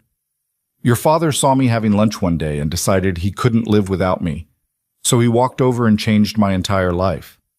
"That's romantic," Sophia said, with the confidence of someone who didn't understand the full implications. "That's one word for it," Lorenzo muttered. But watching their daughter grow, smart, strong, completely unafraid of the world despite all its dangers, Evelyn thought maybe it was romantic after all, in a twisted, violent, completely unconventional way. They'd built an empire together, not just Lorenzo's criminal organization, but something bigger. A partnership that had survived assassination attempts and wars, and the daily grind of maintaining power in a world designed to tear it away. The threats never fully disappeared. There were always new enemies, new challenges, new reasons to be afraid. But Evelyn had learned to live with fear, to function despite it, to build a life in the spaces between dangers. She'd also learned that love in this world looked different than the fairy tales promised. It looked like Lorenzo checking security systems before bed, like Evelyn learning to shoot accurately enough to protect their family, like both of them making hard decisions about who lived and who died, then coming home to read bedtime stories to their daughter. It wasn't perfect. It wasn't even particularly healthy. But it was theirs, built from nothing but attraction and bad decisions and the stubborn refusal to give up when things got hard. On their 5th anniversary, Lorenzo took Evelyn back to the restaurant where it had all started. The same bistro, the same overpriced food, the same table where he'd found her with Marcus all those years ago. "Do you remember what I said that day?" he asked over dessert. "You said a lot of things, most of them threatening. I said being with me would mean being a target, that loving me was dangerous. You weren't wrong." "No, but I was wrong about something else. I thought you'd be my weakness, something enemies could exploit, something that would make me vulnerable." He reached across the table, taking her hand. "Instead, you became my strength. The reason I'm better at this, smarter at this, more effective at this than I ever was alone." That's either very romantic or very concerning. Probably both. His smile was the one she loved, slightly dangerous, completely honest. "But Evelyn, I need you to know, everything we've built, everything we've survived, everything we're going to face, I couldn't do any of it without you. You're not just my wife or my partner. You're the reason any of this matters." Evelyn looked at the man who'd upended her entire life with a jealous confrontation in a crowded restaurant, who'd pulled her into a world of violence and power and constant danger, who'd given her a daughter and an empire and a purpose she'd never imagined. "I love you," she said. "Even though you're difficult and controlling and you started a war because you saw me holding hands with an old friend. I love you too. Even though you're reckless and stubborn and you negotiated with my enemies without permission. We're a disaster. We're perfect." They weren't perfect. They were complicated and flawed and constantly navigating dangers that would terrify normal people. But they were together, and they were surviving, and they'd built something that mattered from nothing but bad decisions and good timing. And sometimes, Evelyn thought, that was better than perfect anyway.